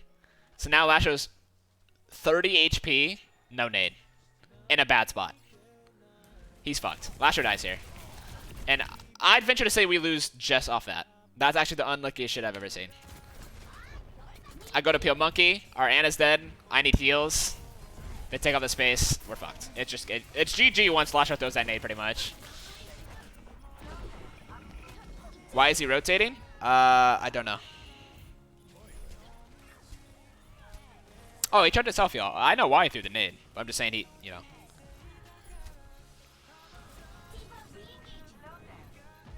And once this happens, we are so boned. So boned. So fucking boned. Like, boned beyond measure. We are the closest thing. So we're 70 on Bomb, 70 on EMP, 70 on Valk. They have 80 EMP, Nano, and they have Valk. Like, what do we do here? We have to go first. I don't know if to be honest, I think a lot of this might be my fault, because I don't know if I tracked all this stuff effectively. Like, I don't know if they had Nano. I don't know if I called it. But they just have a serious ultimate advantage. Like, a serious ult advantage. Where's Yaki at? Okay, he's not even here yet. So I'm spamming for Yaki, and he's not even close. Just main. Where does he go?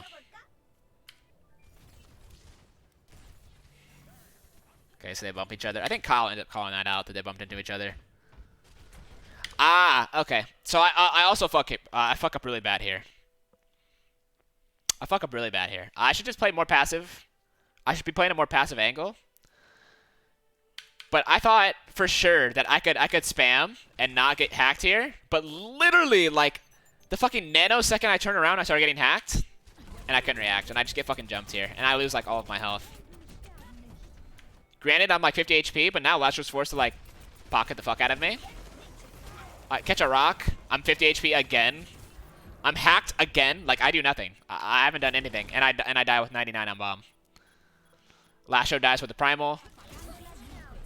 So quite literally, I think we have 6 ults here, and we die with all of them. I mean, this is just a product of us getting snowballed really, really badly. I mean, they used 4 ults, and we used none. 5 ults. They used 5 ults, and we used none.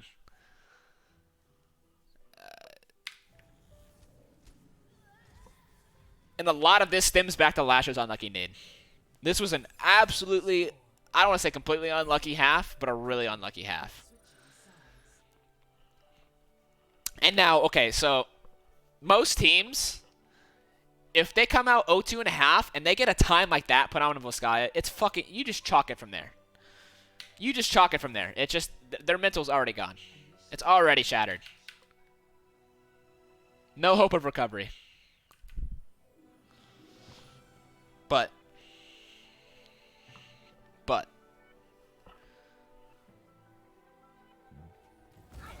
it's not over yet. It's not over yet. I don't think there was any inspiring words. I just think we knew that when it happened,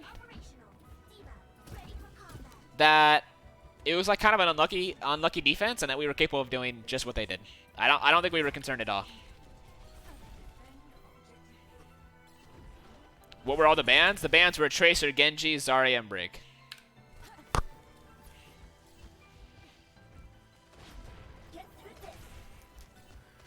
I don't remember how we approached this, but I know we severely fuck up the first couple of fights. So I'm trying to eat. So Gangnam Jin has a unique play here where that's actually, dude, for first fight, sitting the way he did was so smart. Because he gets really good angles, and I have no idea where he's at. Not a clue. I have no idea where the fucking Ana's at. And granted, KSB kind of bails us out here by hitting a headshot on the Sombra. But both of our tanks get antied here, and we get hard pressured. Dreamer dies. Like, that's fucking brutal.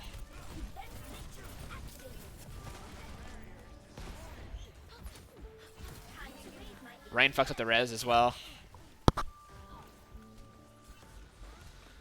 Gangnam Jin saves some big time there with that anti-nade. Granted, that's also partially on me for not eating the nade, but I didn't have any info to work off of.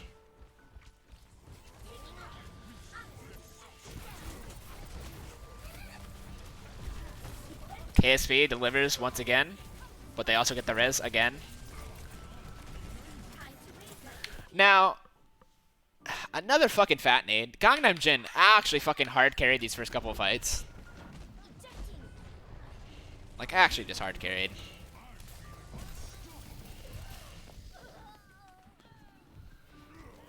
I mean,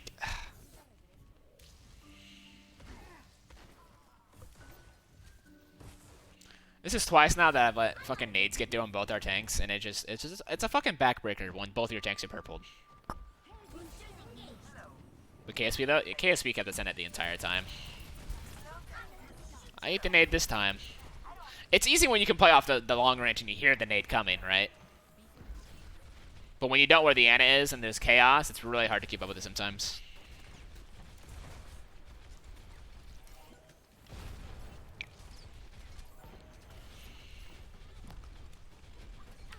Where's the Aki at? Ooh, I thought I should have spy checked on top of the truck more.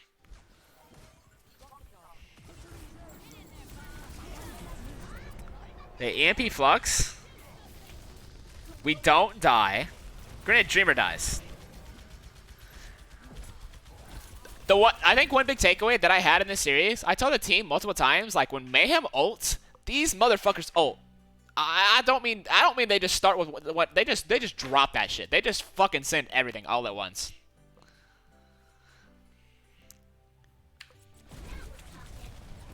I mean, they literally just dropped EMP, Flux, Primal, Bob. All in one rip. And got one kill. And got one kill for 4 ults. Dude, I fucking sucked at the beginning of this. Like, real bad.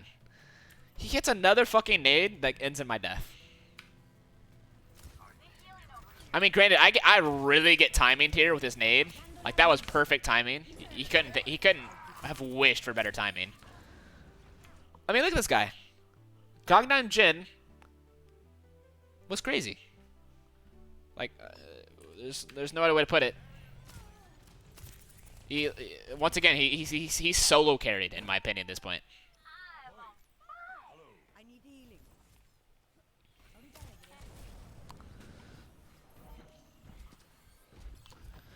Did you know because he used to play for them? What, about Gangnam Jin?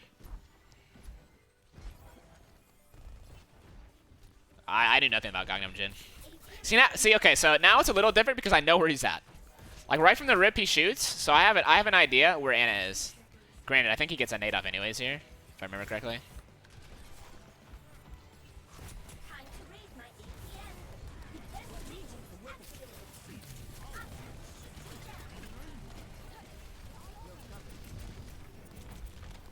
Okay, we put a Nano Monkey really well, actually. They Nano Monkey to get next to nothing. Dreamer does a really good job of keeping the tempo up. Even if this Nano doesn't get anything, it's put the required pressure on them to pull out resources. I don't remember why I go left side. I think it's, yeah, for this reason. When am I going to stop getting naded? Motherfucker, man, I played so bad.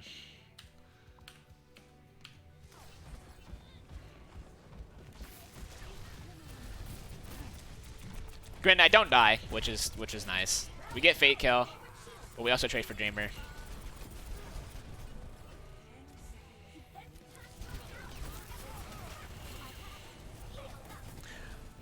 I actually, like, besides, like, not eating nades, I do a really good job here not dying.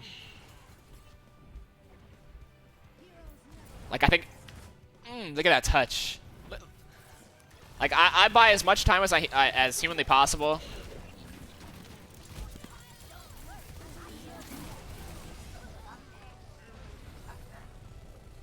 Me not getting desuited right off the rip probably saved this point.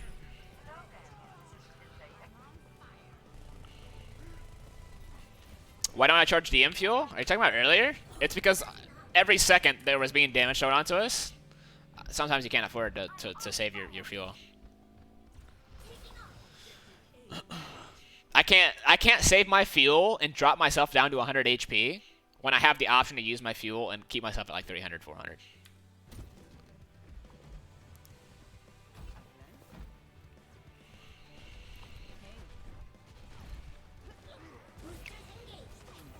Like, you have to be free of damage to save your fuel, right? But you always want to be trying flicking and eating damage when possible.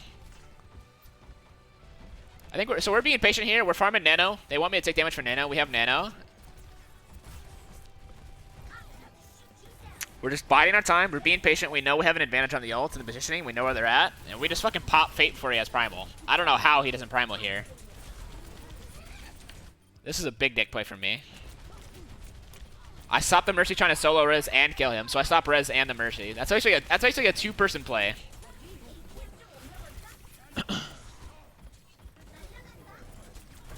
So Ana was pressuring our backline really hard. He threw nade. Granted, I don't get the kill here.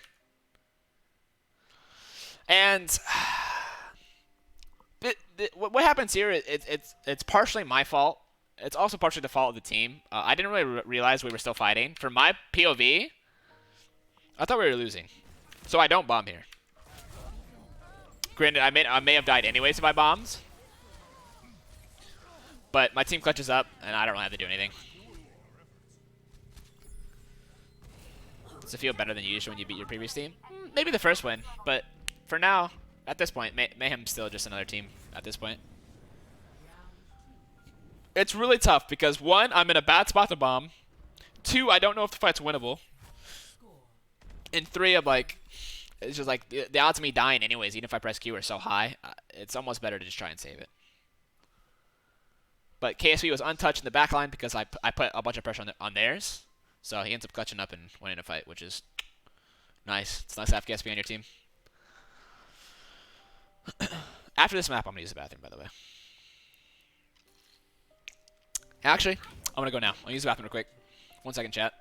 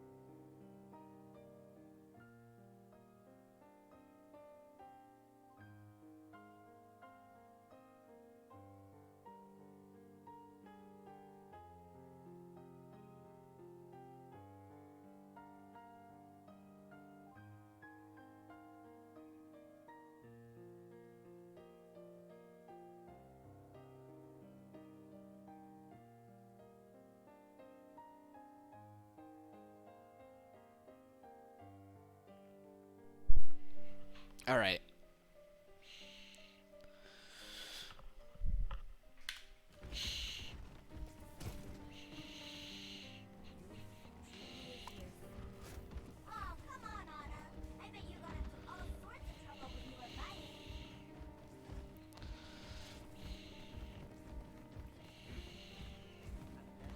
you talk about my micro mechanics related specifically?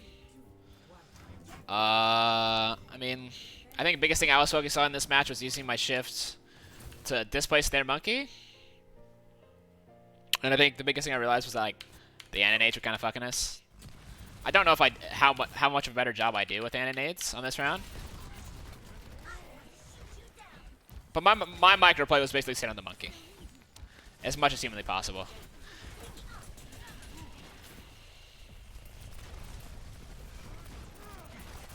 These guys are really smart. They had realized that we had just used all of our cooldowns to pressure this forklift area, and they were relatively healthy. And they hard pressed the issue here. And we would have gotten absolutely slaughtered if I did not boop them that back a little bit. But me and Dreamer are like, we're both half HP. We have no bubble, no matrix. And Lastro's not in a great position to heal us. Where's Lastro? I don't even know where Lastro's at. Ah, he's here. So we're quite literally not getting healed. And we're getting just fucking 6-man pressured here. I think we end up dying here. And this is brutal. Like, we had nowhere to go. It was really smart from Florida to press us like they did. And we all just get fucking pounded, so.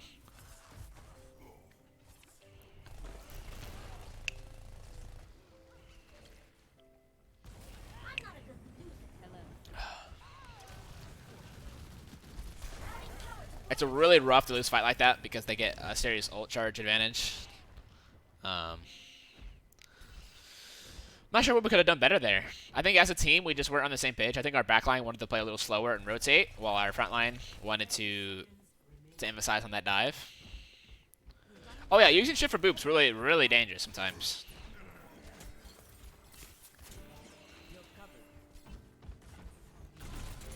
So I do a good job of checking the Sombra right at the start. We use Nano Monk here, and I think Dreamer misses the jump, or he gets booped. One of the two. KSF is dead again. This was a pretty good dive from me and Dreamer, though. He coordinated, he wanted to go, and he still had a little bit of the Nano left. See, now, at this point, Dreamer is off chasing both supports, and I don't have the shift. One, I don't have the shift to follow, so I can't even keep up with him anyways, and two, someone needs a touch point. So, I noticed that. I end up just tanking the Bob. I get the first tick. I touch again. I actually clutch up so many times just by touching. Like, I didn't do anything flashy this series. But if I mess up once, like on Volskaya, we lose this map. Like, in terms of like touching and drawing aggro and living. Again, I'm sub 100 HP and I'm holding down the point and constantly tagging back and forth, peeling, and I live. Oh, is this a Lastro flank nade, this fight? Yeah, Lastro played really well in Volskaya.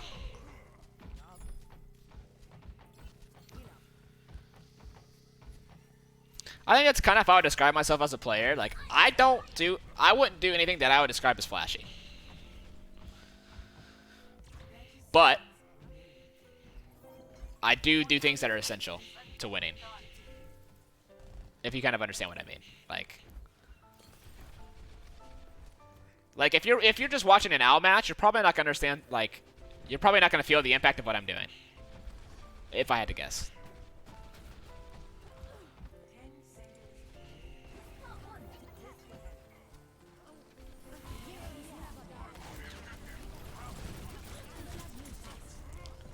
Is your favorite what's Mal?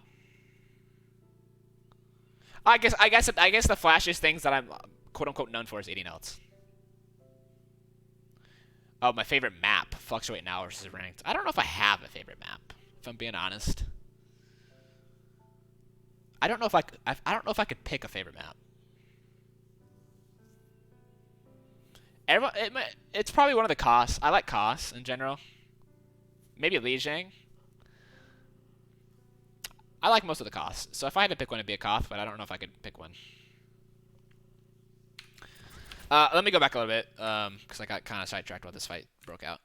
So I'm just spy checking. We're waiting for ult. It's the same thing that happened the first time, except we combo with an EMP this time. God, Coach Gun is such a strong ability. If this hero was a Widow or a McCree, this hero dies. 100 out of 100 times.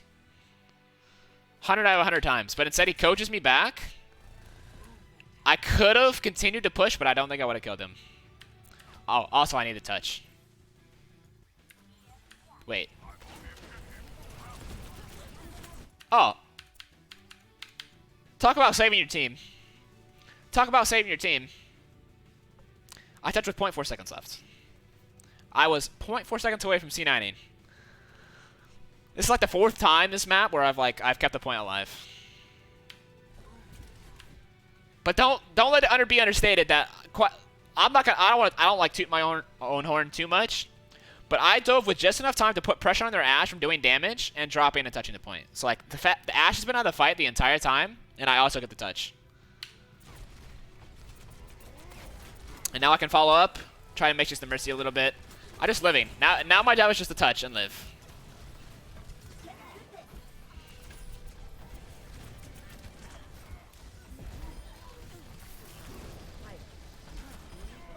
I love playing D.Va, man.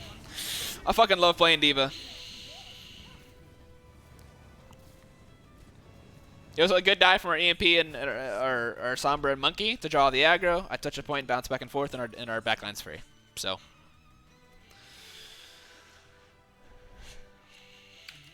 Good stuff from us across the board.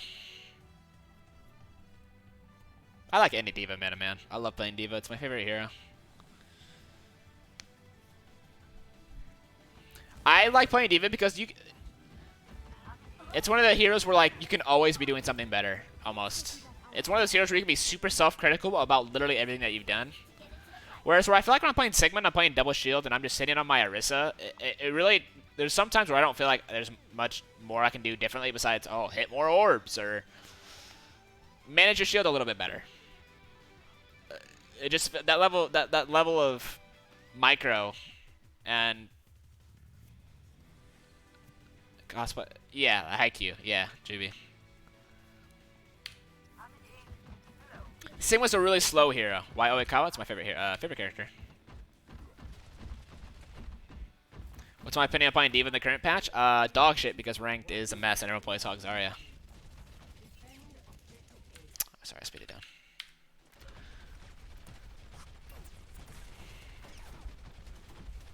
Oh, it dropped from 137 128. Oh, that's brutal for you guys. That's just unlucky for you guys. Let me adjust that real quick. Tough. Tough. Dang.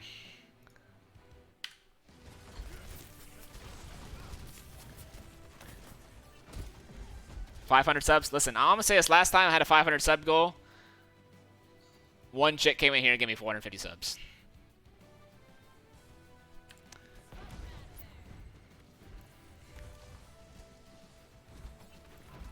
I just need a Maggie or an Oil Prince, you know?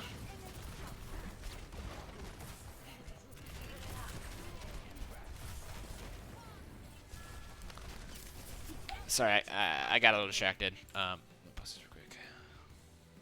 Who has that kind of money? Shit, I don't know. I ain't asking. I'm just waiting. So we got a pick. KSB gets a headshot on Ana, and we want to try and stop the res, so me and Jimmer go to press, but they get the res off, and because it was just me and him. Oh, also, Lasho slept and was timing a shot on Sombra, so we weren't getting Ana healed, so Jimmer just kind of gets left out to dry. I don't think it's really the fault of anybody, but we do a good job regaining here. And just letting KSB do all the dirty work. Yeah, the same Maggie, yeah, subs to the Jodies. But since I'm no longer on a team with the Jodies, I do not qualify for the oil baron money. Darn.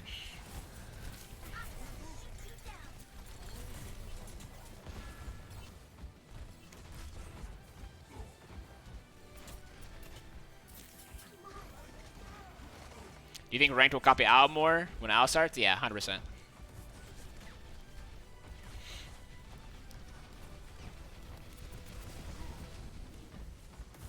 You see how quickly you have to think on D.Va sometimes? Now, this may not look like anything significant, but in the span of like a quarter of a second, I went from I'm shifting on to Monkey to like, nope, never mind, can't do that. You should have gone to Shiratorizawa. I wish. So we did a nano monkey dive, and this is partially my fault. I should have eaten to sleep. But we buy a fuck ton of pressure, and it lets Lasho get a flanking aid and kill everybody, so...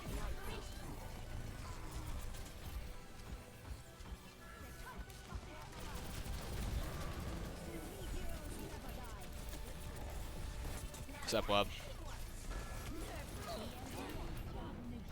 This is a good spot, the EMP bomb. I'm generally not a big fan of the EMP bombs unless it's in a good spot, but it's a really good spot. Because there's not a lot of LOS.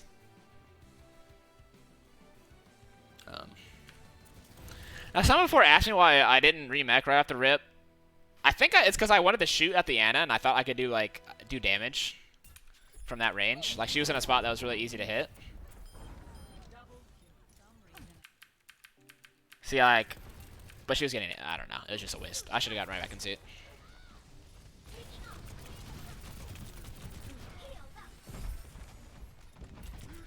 Alright, okay, listen. Our king, KSP, is dead. KSP is dead. What do we do? What do we do? I'm just buying as much time as humanly possible. I'm pressuring them off, and then I go. We wait for Dreamer. We go in. Their whole team backs up in the small choke, and it lets us buy time for KSP to come back. Even if I lose my suit here, I've like done my job in a sense. I don't know what the fuck this man was doing, but I literally fucking got their mercy to half. They solo EMP Dreamer, and he lives. Man, KSP's dead again, man. KSP, you suck, man. What's going on? Why are you dead so much? God, this guy's just not good enough to be on the Overwatch League.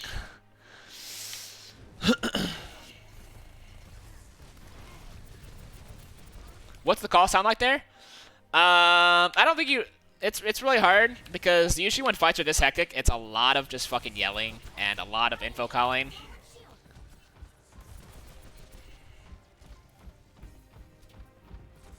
It's hard to remember because there's a lot going on. This is a really good dive from us. We knew their Ana had nano, so we wanted to go first. And we just fucking bop his ass. Hit him with a bop. But we're playing in a mercy meta, so once again they get their res. Dreamer's dead. And now we're really in trouble because we don't have our EMP yet. We just lost a lot of our follow-up damage, and he goes for an EMP. And I remember this EMP. And for me, it was really tough because Kyle EMP'd, he didn't call a target. So for my POV, I wanted to kill Ash because he had Bob. But he wanted to kill Sigma, so we end up splitting the DPS right off the rip. And then he gets pushed out, and it's just me fall up on an EMP, and we just lose. It looks like a throw, but we were playing an always winnable mentality, and it was 5v6. Like we definitely could have turned it if we had like a dynamite or a nade on that EMP. I don't know what stopped us from having that, but 4 minutes on first is not bad at all. And at this point, we have a lot of fucking confidence, like running through this right now. Even if the ults are a little weird, they have a lot of ults. We really don't care. We've made our adjustments, and we're in a really good spot. I think... What was the play here? I think I was using my bomb to counter their flux. Because a lot of Sigmas instinctively, like when they flux, like almost every time you flux, you just wanna send it to the heavens, right? You wanna fly, you wanna fly away, right? But I'm spy checking, and I wanna play to counter their flux, their Sigma. I'm literally just spy checking. I tapped the Sombra. That's huge. That buys us like an extra 5 seconds of pressure. Just shooting the Sombra, just hitting her one time. And look, that pressure alone made Yaki double all the way back main. He has to take a completely different route. It buys, dude, just stopping that Sombra that one time bought us 15 seconds. 15 seconds, if not more. So okay, so what I see is I see Sombra back right with a Nano Monkey and a Bob. There's no way my PO does anything. I saw, okay, this bomb, I think this bomb was actually dog shit. I don't think it did anything. I don't think it was far enough. But I think the idea... Damn, that's a good shield, Gargoyle. If I had bombed,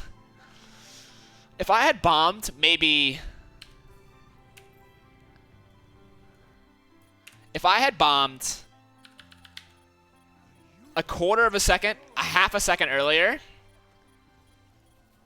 he wouldn't have had time to react.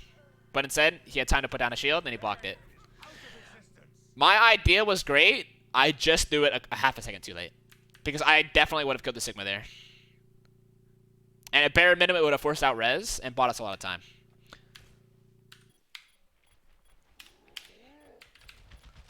Good reaction from Sigma, though. Now, once again, I basically get solo EMP'd here. But me and Dreamer both live through the EMP. KSB gets a pick. And at this point, they're like so fucked. They just used everything and their win condition. And then we have a Nano Monkey. And Gargoyle's way out of position. Like, way, way, way out of position. And I just fucking beat his ass. Literally beat his ass. I'm just fucking pistol whipping his ass. And we staggered the Ana for like 5 seconds. Just to put the cherry on top. And that's the map. That's the map. It's basically just clean up from here. Nothing too serious. We weren't really in real danger of losing.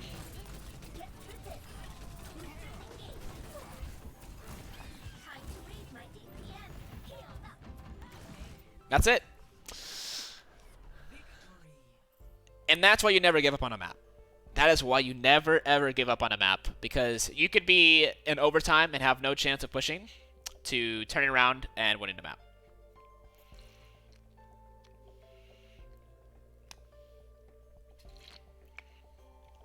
Alright. Let's go map 4. Havana. Now this is a completely different pace. This map is completely different. Because there's a lot of double shield, and we end up playing rush here on this map. It's completely different from the comp we were playing, and it's a completely different way to play D.Va.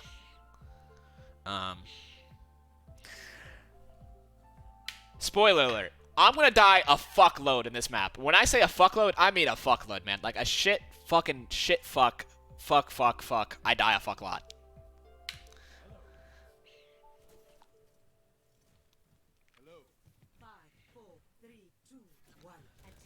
I die a ridiculous amount of times.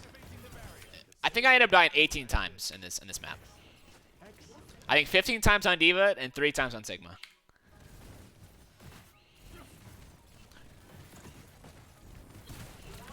I need to slow it down. This is just... For Sigma, this is just standard. You're just pushing the cart and shield trading, and you just want to push a cart and not get dominated.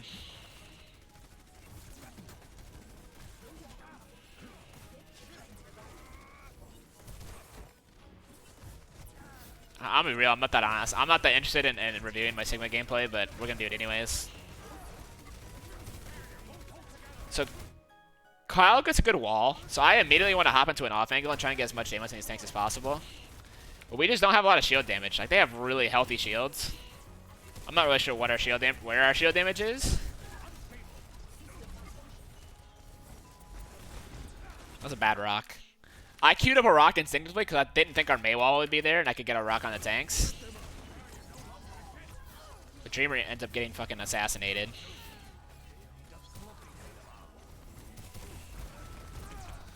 I just the entire time, like, this fight would have been so much easier if we just had better shield damage. Now we called the push here, and I commit to the call, and I pay for it dearly with my life.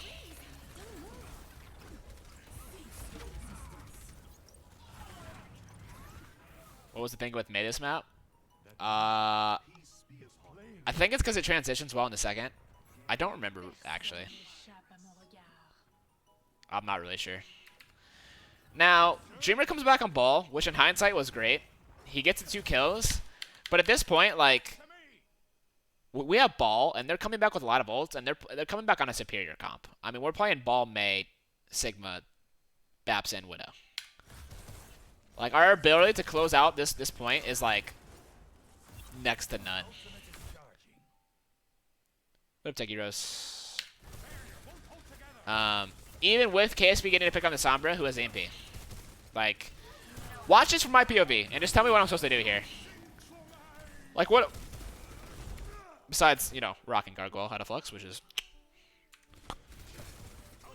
I'm looking at a barrage of shields. I forced Flux and Lamp. So let's just take note of what I've done so far. This fight, I have forced Lamp, Trance, and I stopped Flux. And I still need to hold all this ground. I call where Zen is. I think Zen ends up being a free kill. I rock Sigma again. Dreamer dies. Like, from my point of view, like, I can't be doing more. There's not a lot more I could be doing here. I'm getting crossfired by like 18 different places. I get EMP'd. That's a good trance from Astro. But then from my perspective, there's just next to nothing that I could have done there.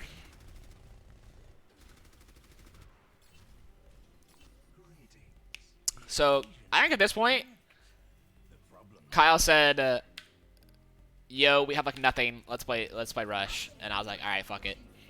Was it planned? No, it was spur of the moment. Good call though,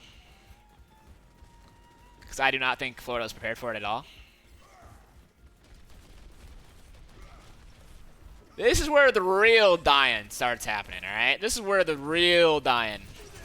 It's a really good wall in Fate. He immediately goes half HP.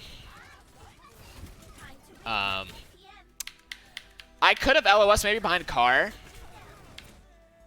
But my first instinct was, I see a window, I have no matrix, I need to fucking hide. And I come back, I use shift, and I immediately get on Chris. I force Lamp, kill Lamp, and kill Chris.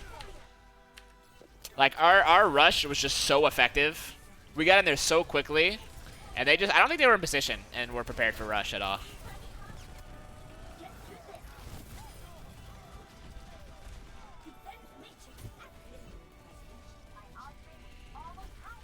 Big time rush.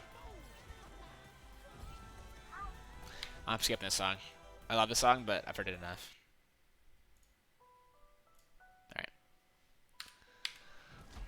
Why Rhine Diva or Rhine Sig? I like Diva more versus Sombra. I also prefer playing Diva, period. I think Diva's more flexible in the rush. It has way more aggro potential.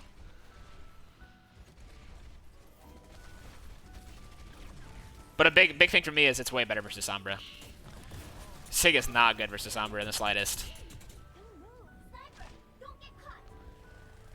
So I was hacked here, and I wanted to follow up on the male, but the biggest thing for me was marking the Sombra here in this matchup.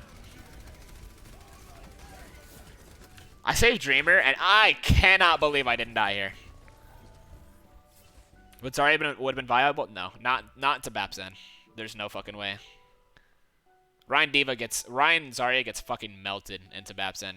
You need the Matrix or the Sigma extra Matrix. It is truly criminal that I do not die here.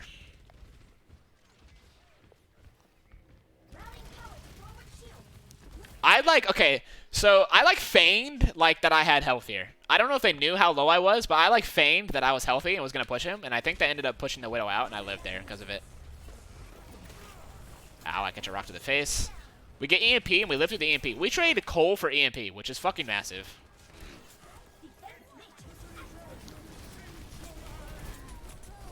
Now, Kyle had called to rush the Sigma here, which was... If he didn't have Flux, which would have been an amazing call. But he ended up fluxing and costing a lot of our resources. But I'm gonna go slow here and kind of explain my thought process this fight. So we're rushing the Sig. I'm really fucking low health. I used all my Matrix. I am half a second on my fly. And they just used Lamp, right? Like right here. I see a fucking great opportunity. I see one of their only shields already been used. I have no Matrix. I just got shift, and I was like, I'm gonna let this motherfucker fly. And if Fate had not dropped that shield like he did there, because when I threw the bomb, the shield was here, I probably would have killed 2 or 3 people with this bomb. Potentially. Anyways, it forces the Sigma into a bad spot here. He's half HP or whatever. it was a good bomb to pull off aggro. So I use bomb. I immediately see Gangnam Jin out of position. Somehow he fucking 3 orbs Lastro while I do that.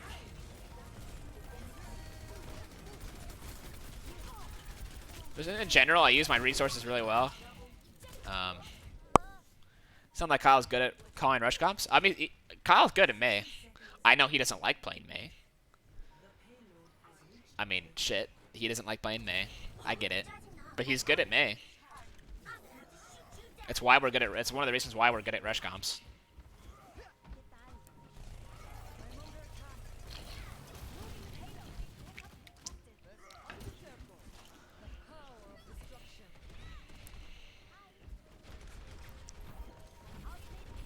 So this fight,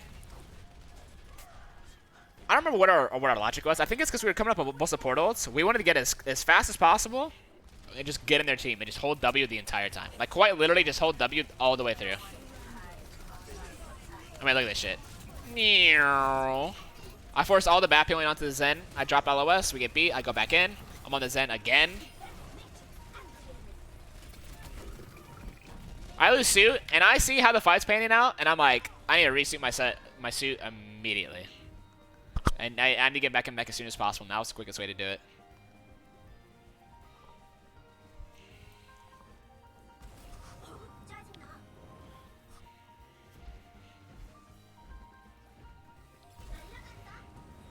So we get back. We had to use most of portals and walls just for their window though. So they have five ults coming up here. And our play is, I think, literally just book it into the Sigma from across the map. And I even think Kyle... Oh, maybe it's a different fight. Oh, we get EMP'd here. It's next fight that happens. We get EMP'd and we wipe.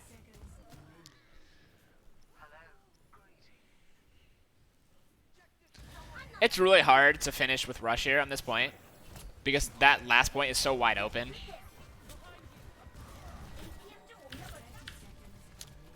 Yeah, I think our plan was to rush Sigma, but I think the play on rush Sigma is usually pretty bad when he's purposely isolating himself. Like, this guy knows that the plan is to rush him because he's the most rushable target. But he has, just watch what he does. I mean, this is what any good Sigma would do when he's playing versus a rush comp and he has ult. He just puts himself in the fucking stratosphere. I mean, how do you rush that? How do you rush that? You don't. That's the answer. You don't rush it. So I use all my matrix. Now, I don't know what happened to this bomb here. You know, sometimes your bombs just don't go where you planned. Sometimes it just don't. Sometimes they just don't go where it was planned. I'll show you what I was trying to do when I threw the bomb. I think maybe I aimed a little too high, but what I wanted to... Yeah. See, I just aimed it in a bad spot. What I thought was going to happen was it was going to roll off the wall like this, and it would end up, like, here. But instead of sliding off the wall... Like, usually when you throw bombs like this, they'll slide. Okay, so, like, generally, like, the trajectory on a wall like this, it would go like this, and it would slide off the wall, and it'd come out, like, right about here. And it would go, like, here. But for some reason, when I threw it into the wall, this motherfucker just went straight up. Yeah,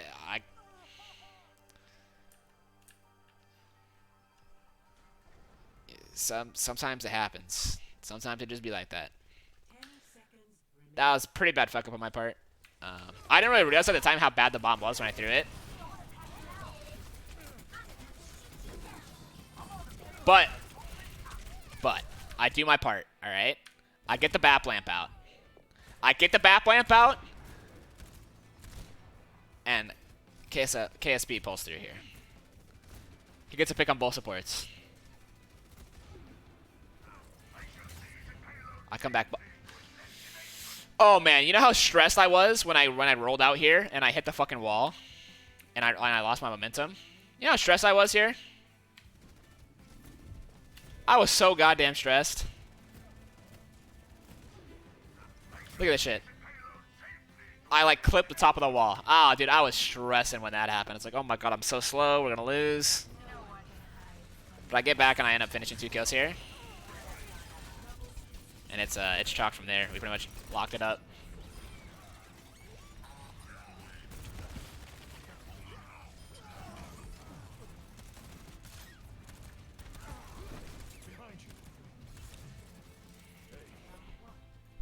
Nice.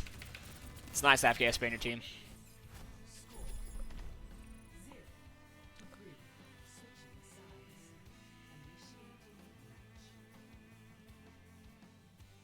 Yeah, cause you cheer for the wrong team, man. You cheer for the wrong team. That's why it broke your heart.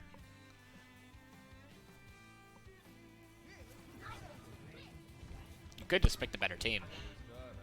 You got player of the match, KSP. Could it, you know, we could just be your favorite, you know? I mean,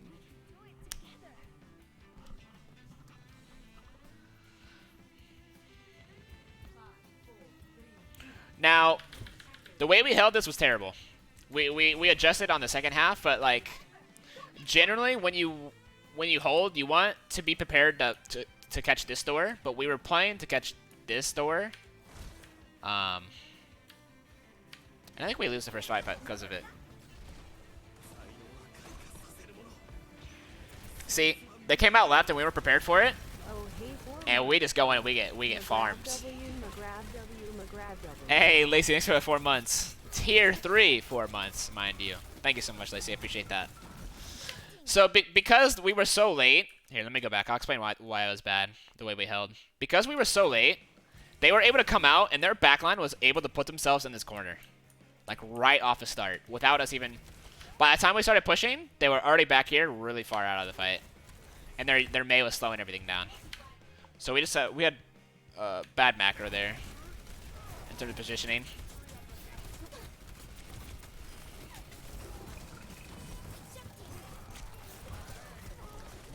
Didn't know holding spawn door was a strat. You know now.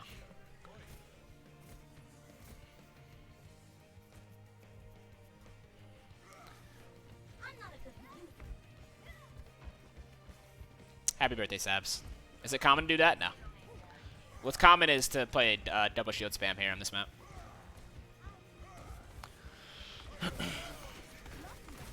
Okay. Let me explain to you why what we did here was bad. Like, granted, we got a good wall here.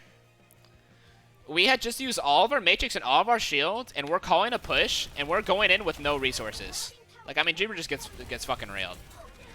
Now I have no matrix to protect anybody. We have no shield, no speed, and we're getting picked off. But what we should have done was, we should have baited out the wall like we did, gone into the stairs, re-got our matrix, our shield, and our speed. At this point, we should have just waited.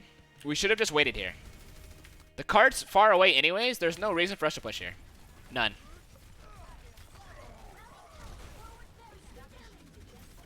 All right. So we've lost both fights just due to our fuck ups as a team. And at this point, I'm trying to live, but what's the fucking point? We called winnable. Not sure about that, but we get the Zen, and Lasho lives, which is actually huge. I think Dreamer just gets pounded here. Dreamer tries so hard to live here. He tried so hard to live there. But when we're playing Rush, we play with the always winnable mentality. And we force out, like, we force out good ults. We force out Flux, High Noon, and Blizzard. For just the Cole. Which is not bad. Lasho Moira actually so good. Yeah, Lasho's like a top 5 Flux support in the league. So, it's not a surprise. Perhaps a new methodology is required.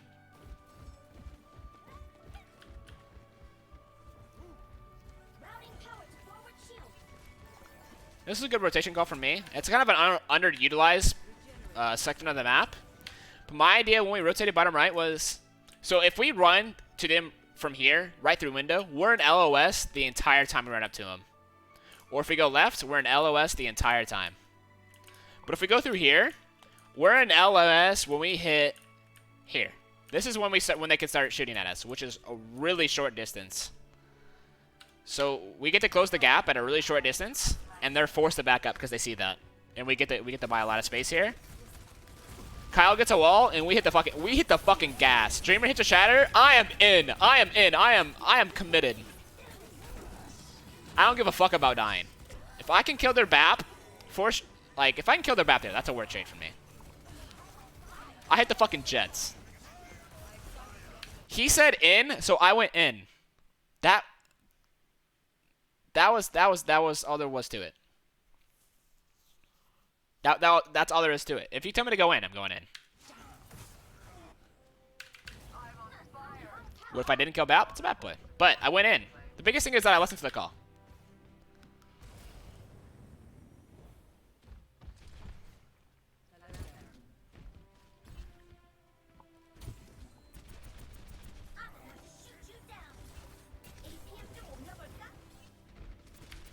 What's this always winnable thing? Well, it's like, when you're playing Rush, you're playing such a fast comp that relies on trading.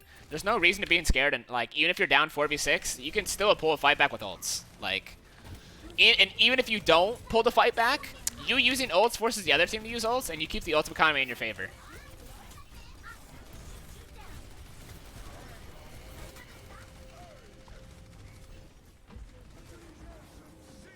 This was a dog shit bomb.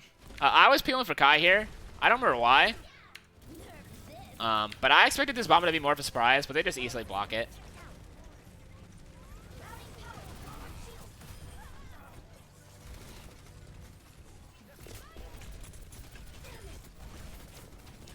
We just had bad aggression as a team. We were really split. I think I ended up killing somebody here. Look at this shit. Look at me and Ring go on this fucking BAP.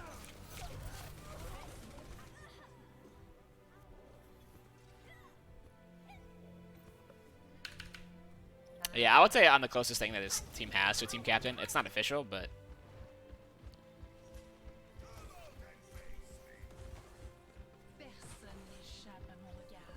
So they use walls. I don't remember why we went out bottom right. I think it's because we knew we had to get on the Widow.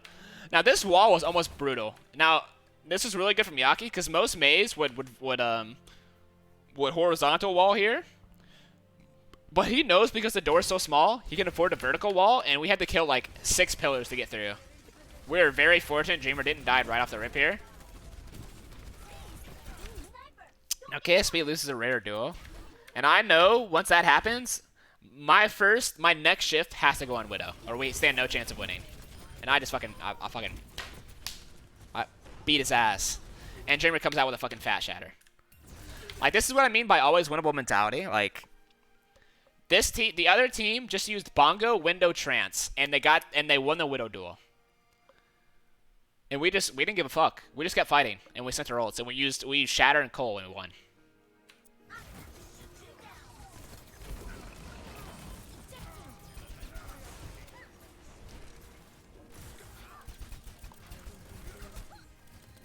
And I get my suit back. Now, we're in a really good spot to hold second here. Like, a really fucking good spot here.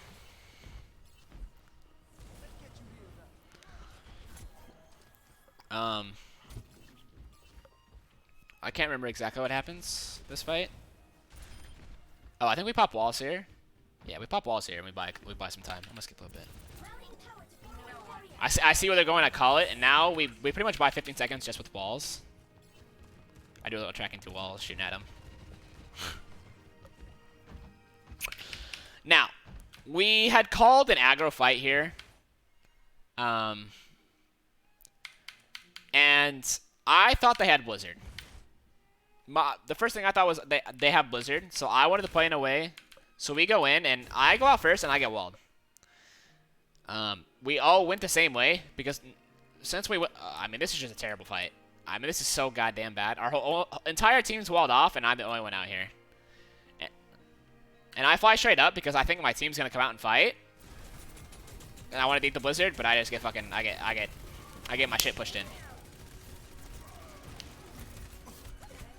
This was really bad from us. We forced the aggression way too hard. Realistically, what we should have done is waited till they come out to one of these doors and then aggressed. But like I said, I just trusted the call and got baited a bit. That was really bad from us, though. Like, as a team, we should have held second for sure and won the map right here. Can DVA Venombomb? Yeah, you can. Think you rush at all next patch? I think so. On some maps.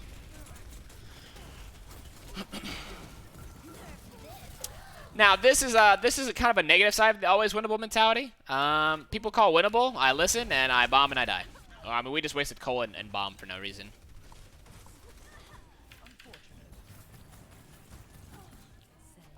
Alright, I really need water, chat. Give me 1 second. I've been talking a lot. I need some water. Give me a second.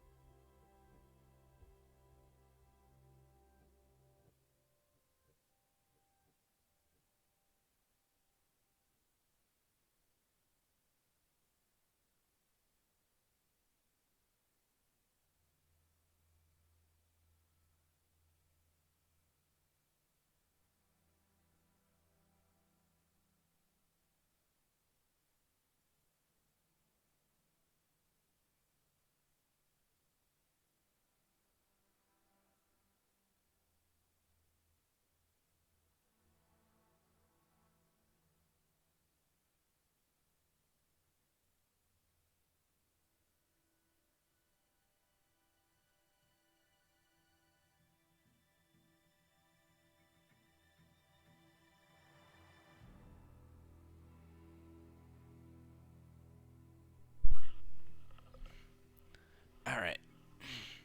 Hey. Turns out when you drink a lot of water, you need to relieve yourself of that water. Alright.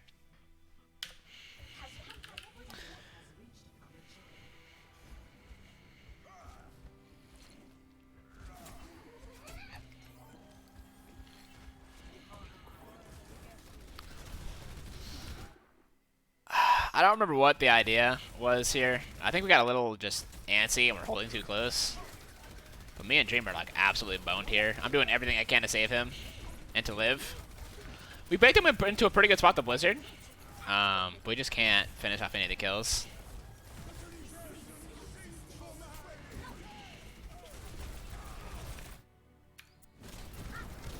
Yeah, there's not much to say. They just have a ridiculous ult advantage here. And we're playing Rush into a spam comp in a really shitty spot. That fight was basically impossible. We just wanted to force out ults if we could.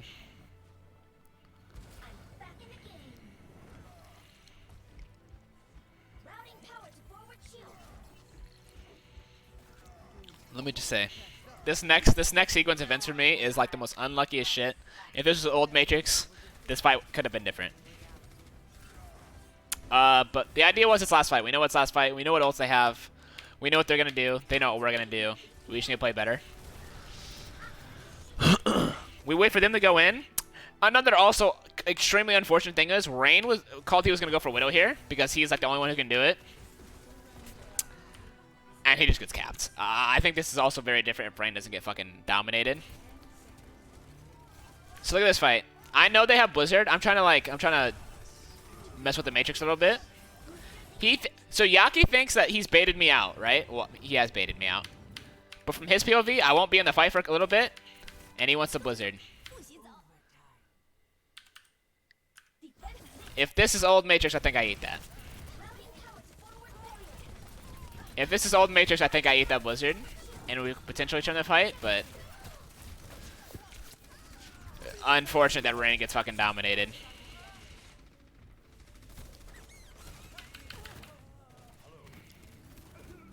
Realistically, we didn't have a good chance of holding third, but we should have held on second.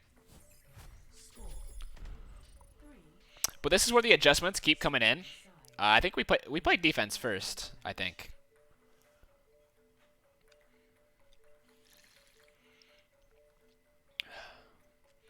I think this is where the adjustments keep coming in. Oh no, we play attack first. Never mind.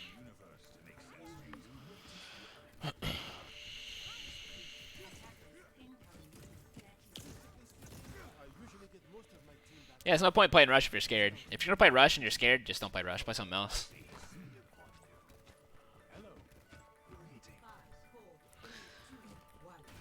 Okay, so we knew we had the mirror again, basically. It was the same thing. It wasn't any different from a normal push. I'm gonna speed up until it gets to the good parts. I'm just pushing shield, aggroing, trading aggro. Now, I don't remember who called it, but someone would have called they wanted to go top right, right? So I'm pushing out shield, pressuring tanks, and then I rotate right, and I think they noticed that. And they send the whole fucking crew up here, right? Now this is truly, truly unfortunate. Kyle does a really good wall. And I don't know if I was stuck or not, but he dropped it because he thought I was stuck. And I just get ran over after that. But taking the fight here was actually not bad because we got the cart all the way out here, which is actually a really good spot for a Havana overtime push with 1 minute. Why didn't you play Ryan here? Oh, we didn't play. We don't like rush on attack here. We don't think rush attack into spam here on this map is good. Wall is cancelable. Wall's always been cancelable. You've always been able to take it down. But yeah, we're fucked at that point. We get ran over.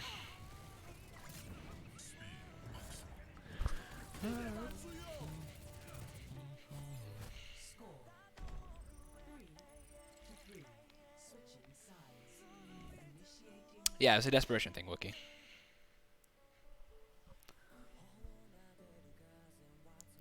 Yeah, because the time make we didn't have ults. That's the only reason we went rush on first. Which of these guys that play with walls on Mayhem? I'll play with Apply. No, nobody else. I didn't play with Rain.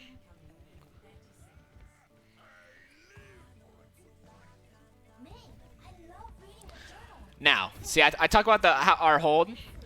See, normally when you play Rush, you want to hide, and you don't want to show that you're playing a spawn hold, but I think Paris is well aware that we're going to spawn hold him here. So we're like, fuck it, just show. Me and Lasha was laughing, like, why are we hiding? Let's just show him. Who cares?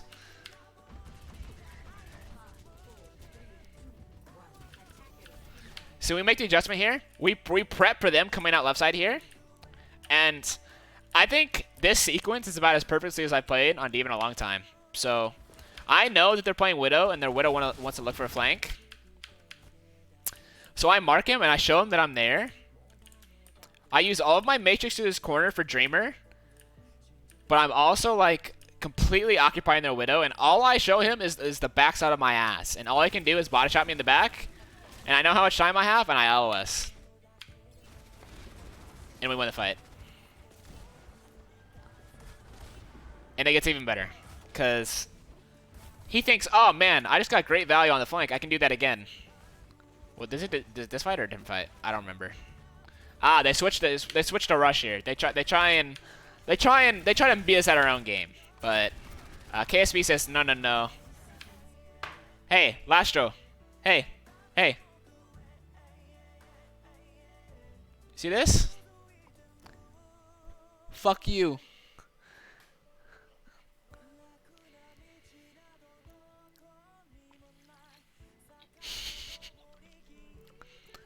You want me to give you my ass?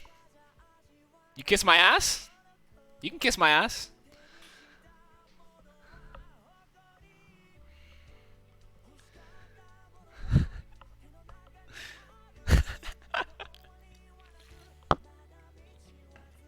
But Taya, this is normal everyday talk between me and Lastro. This is normal. Wow, let's watch him. Let's watch him Lastro. Wow, Lastro, you so fucking good. So good, Moira. Wow, you're so good. How are you so good, Lastro? Oh my God, so good. Nice healing, Lastro. Nice. Nice, Lastro. Wow, so good. So good, Lastro. Alright, let's go back to actually reviewing. So, was it this fight? What happened? I was too busy making fun of Lastro.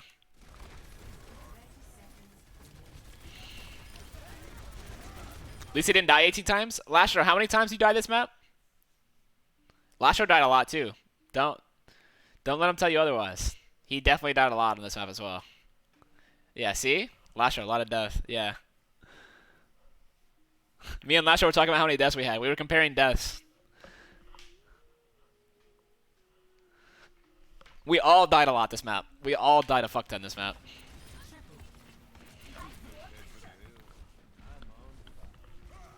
Now this fight, I'm peeking in the spawn because it's a good opportunity to do so. You can get a lot of info. I noticed they had Widow. So I peek once. I show BQB that I'm here. I come back. I peek again. I peek a third time. When I show him myself a third time, this man in his head is like, "Oh my God, this D.Va's gonna sit on me the entire time." So he sees that he thinks I'm gonna sit on him the entire time. He's like, "Fuck this shit. I'm not sitting there," and he rotates. So he's out of the fight the entire time. I go. I help my team, and we win. And I mark him again when he comes back. I thoroughly sat on BQB this round. He didn't get a single good shot off when he's playing Widow. Now that's a clean ass full hold. First hold.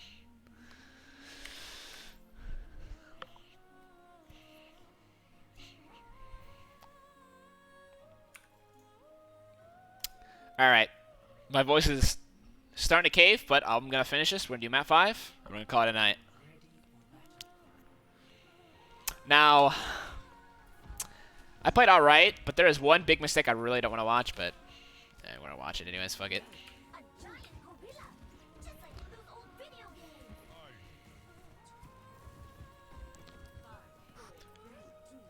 Mind you, I think I've said it before, but we only played Ilios once in scrims this week. And people ask us why we only play our tiebreakers like once or twice a week. It's just because we normally... There's no point in practice and using a bunch of your maps on a tiebreaker, like when you're scrimming. You want to focus really hard on the 4 maps you like almost know you're going to play. Odds are your series isn't going to make it to tiebreaker. Odds are you're not going to make it. So we'd only play this once. I don't remember anything about our rollouts. I knew nothing. I just knew we were better at dive, and we just emphasized on that, I think.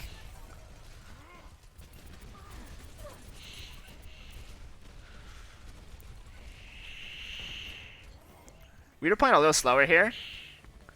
And Fate makes a really crazy jump, and he gets booped back. And I think Dreamer does a really good job here and calls to push the monkey. He drops a bubble on him here. Even if we don't kill the monkey there, we force both their tanks. Look at the tank HP difference. They're both half HP, and me and Dreamer are both full. We've taken no damage. And they are just getting constantly poked. They had to use bubble. I push. Free kill. Dreamer really carried this fight. Dreamer by map 5 was thoroughly outplaying Fate, in my opinion. He was playing so much better.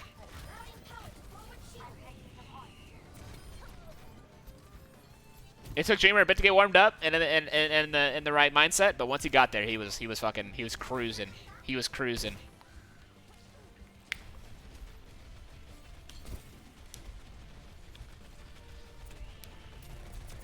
Spy check to Sombra, that's really good.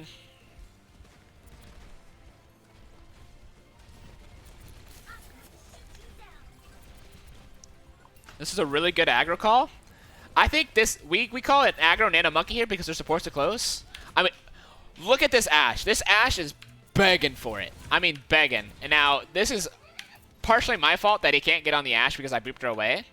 But Jamers had a really unfortunate nano that he couldn't really get on any of the targets. We just couldn't really do any damage.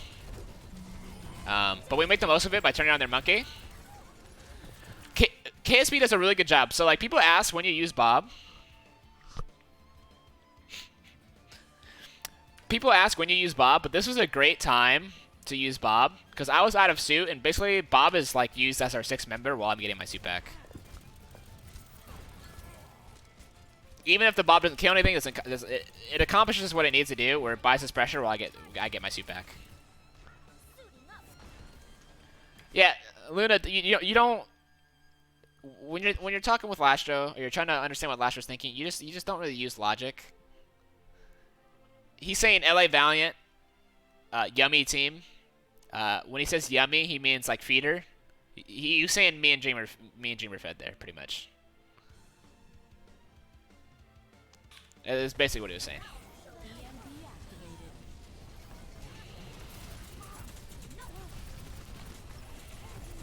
Which is true. Kyle also. I remember watching this on the VOD because I was really confused on how Kyle died. He got so greedy for the kill he died.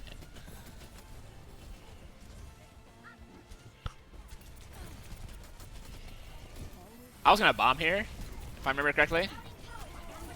Yeah, I was gonna bomb right there and I got EMP'd. It's unlucky. Yeah, I can translate Lastro language. So when he says "suck my ass," that's basically hello in Lastro. Fuck you means I love you.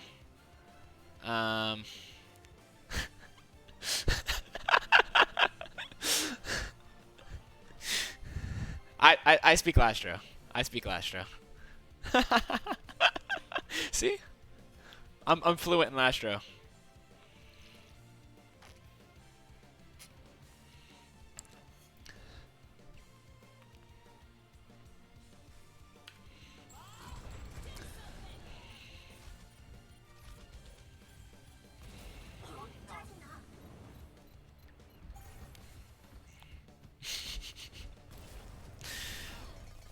Oh fuck! I'm getting distracted.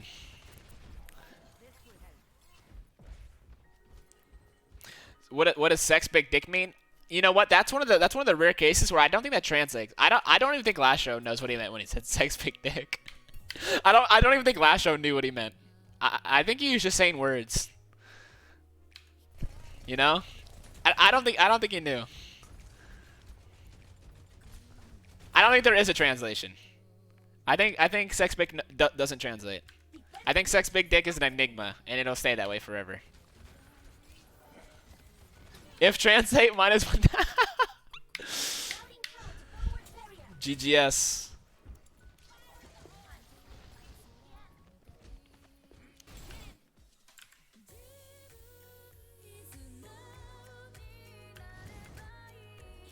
Banger.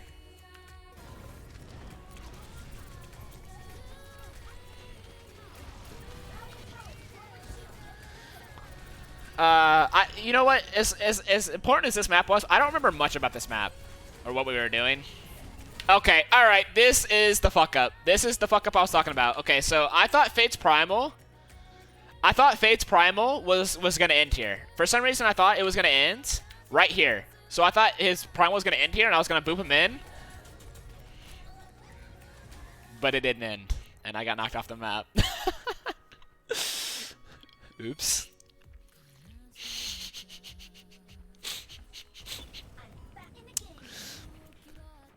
You can ask Lastro. I told team like, oh my god, I'm so sorry. I threw. I said I threw.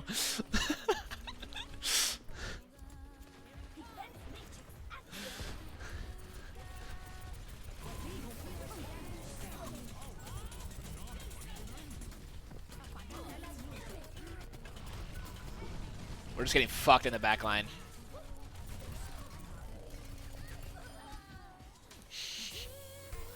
Dude, every time this song plays on my stream, I fucking love this stream.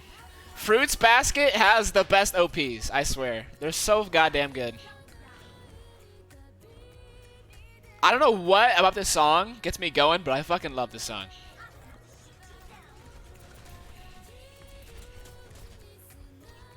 I'm legit Fruits Basket simping. That is not even, that is true.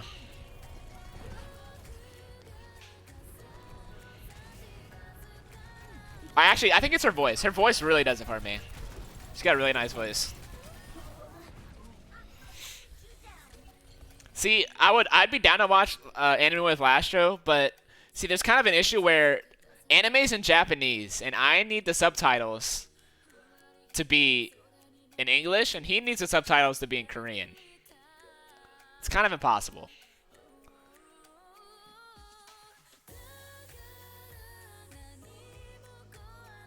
I mean, at least they were in the same room. But if we were watching online, you can make it work. 2 screens? Okay, so like when I want to watch anime with somebody, I want to watch it. I don't want to watch it online. You can do Korean voice with English subtitles, but the Korean dubs probably suck. They probably suck. Let's be real. But I want to watch it. We have a projector in our living room. If I watch stuff with people, I want to watch it in there. You know what I mean? Why is Shamer going down? I don't know. He's putting his crotch in my face, and it's kind of making me uncomfortable. I wish he wouldn't do that.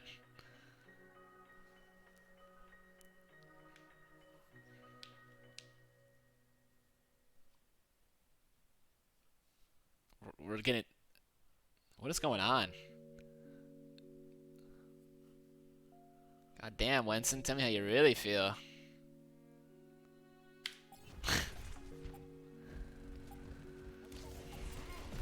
So I hear Sombra. I killed Locator.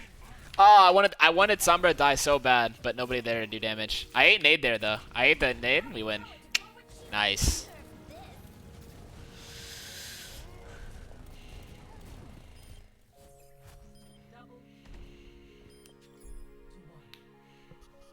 What is this song?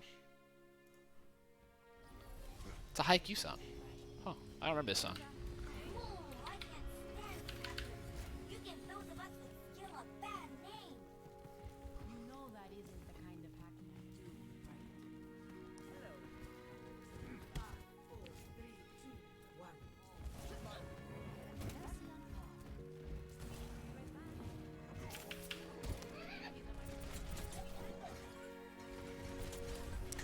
See, their tanks have more space here, but I think we take less damage, and we end up, like, trading... I think we trade our tank cooldowns better.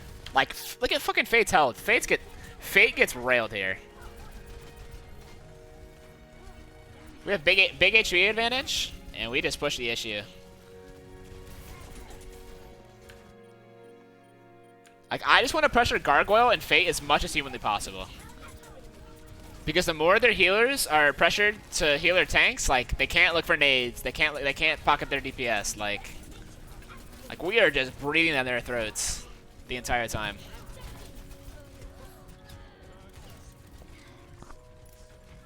Like me and Jamer did a fuckload these past couple of maps. We played by the end of the series. Me and Jamer were playing way better than Fate and Gargoyle, in my opinion. Like, we were out-tanking them big time in the trade.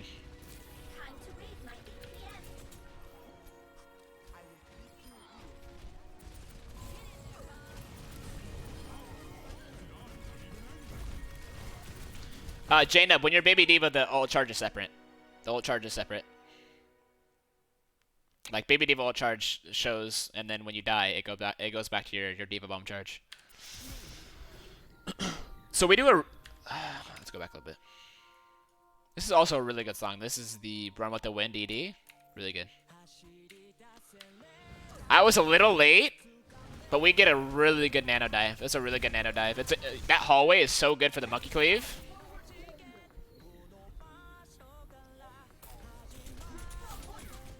So we get our trade. I hard bait Gargoyle here. I don't know what Gargoyle was thinking, But this dude just hard fed.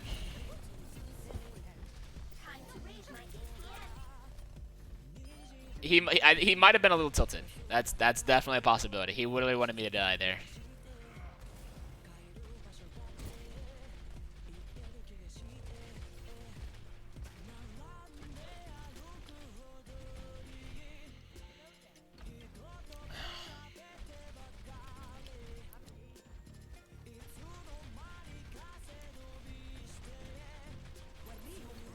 Okay, so they wanted me to hide and counter dive in EMP, but they just sent a Nano Monkey and a Bob. And they kill our backline. I wasn't really sure what to do here. Because I was playing a counter bomb, but there was nothing for me to counter bomb, so we kind of just gave him the fight for free.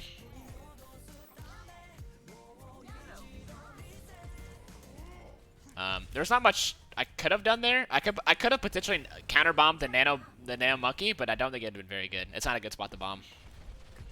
Bombing in general on this map is usually very hard. There's a lot of LOS. It's not a good spot to look for kills with bombs.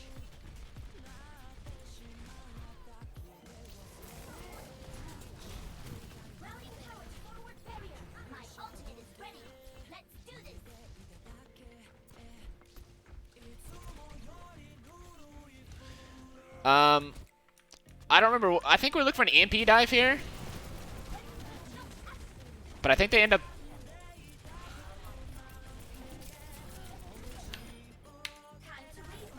We almost... Oh, I remember what happens here.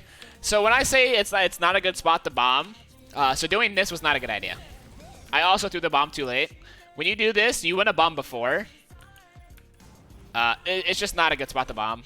There's just way too many spots they can hide. It's just way too easy to dodge this bomb. I don't like bombing aggressive player. I don't know why I did it here. I think it's because Kyle called EMP and I wanted something to combo with it. I hit the nade, which is big, but we're just down too much. We try and kill Ash, but once we missed the EMP Diva Bomb, it was pretty much over. So this is where it gets into risky territory. We just use all of our ults. And they have Bob and Diva Bomb and Nano.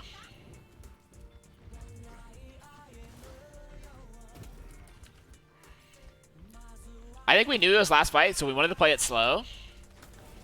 Kyle called push the monkey, and this was a fuck up on my part.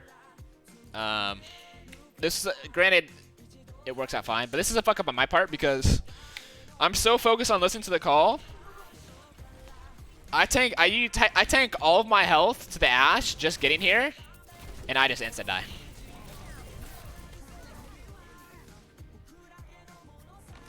But this is where the fun stuff comes out. Are you ever told not to switch to a certain hero? Would you get scolded for going to Sigma here? No. We get authority to pick up what we want. I mean, later on, we can say, like, you know, probably shouldn't have done that, but we have authority to pick what we want in game. So, I knew we needed a touch point a couple times. So the idea here was to swing and to break the hack. I was just gonna swing to break the hack, but he hacked me. But luckily Dreamer was able to go in with Primal. He buys time to go in with Primal. I booped the Bob off points to have less point pressure. And then Dreamer says, hey, can we go backline? And I said, yeah, go. I look for Slam. I kill Sombra's Locator with the roll. Slam the Mercy. We kill Mercy. Kill Anna. I see Ash with half HP, and I knew I didn't need to chase. So I immediately turned. Oh, okay, he's going to kill the Ash. I can go peel backline. And we wipe it up from there.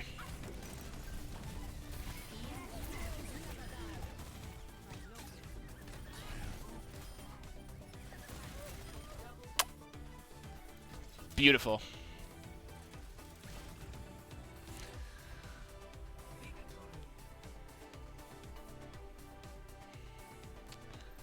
Some good stuff right there. Yes, sir. Yes, sir.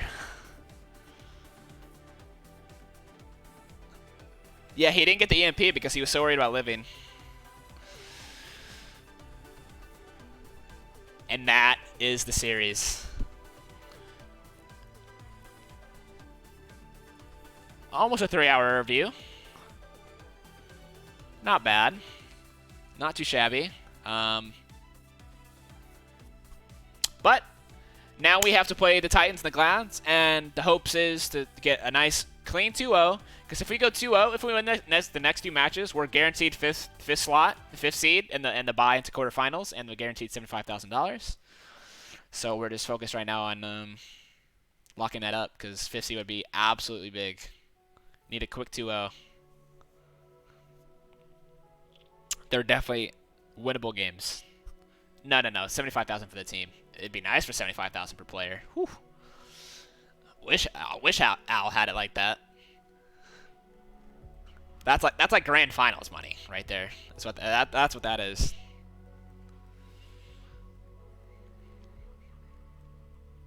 All right. I hope you all guys enjoyed the video. I'm gonna look for somebody to host. It's about time for bed. It's about that time. Everybody and their mother is playing Valorant. I mean, everyone's playing Valorant on my follow list. What's up with that? What's going on here? All right, we'll host Mir. We're gonna host Mir. All right, guys. Hope you have a good night. Hope you enjoyed the view. Thanks for stopping by, and I'll see you guys later.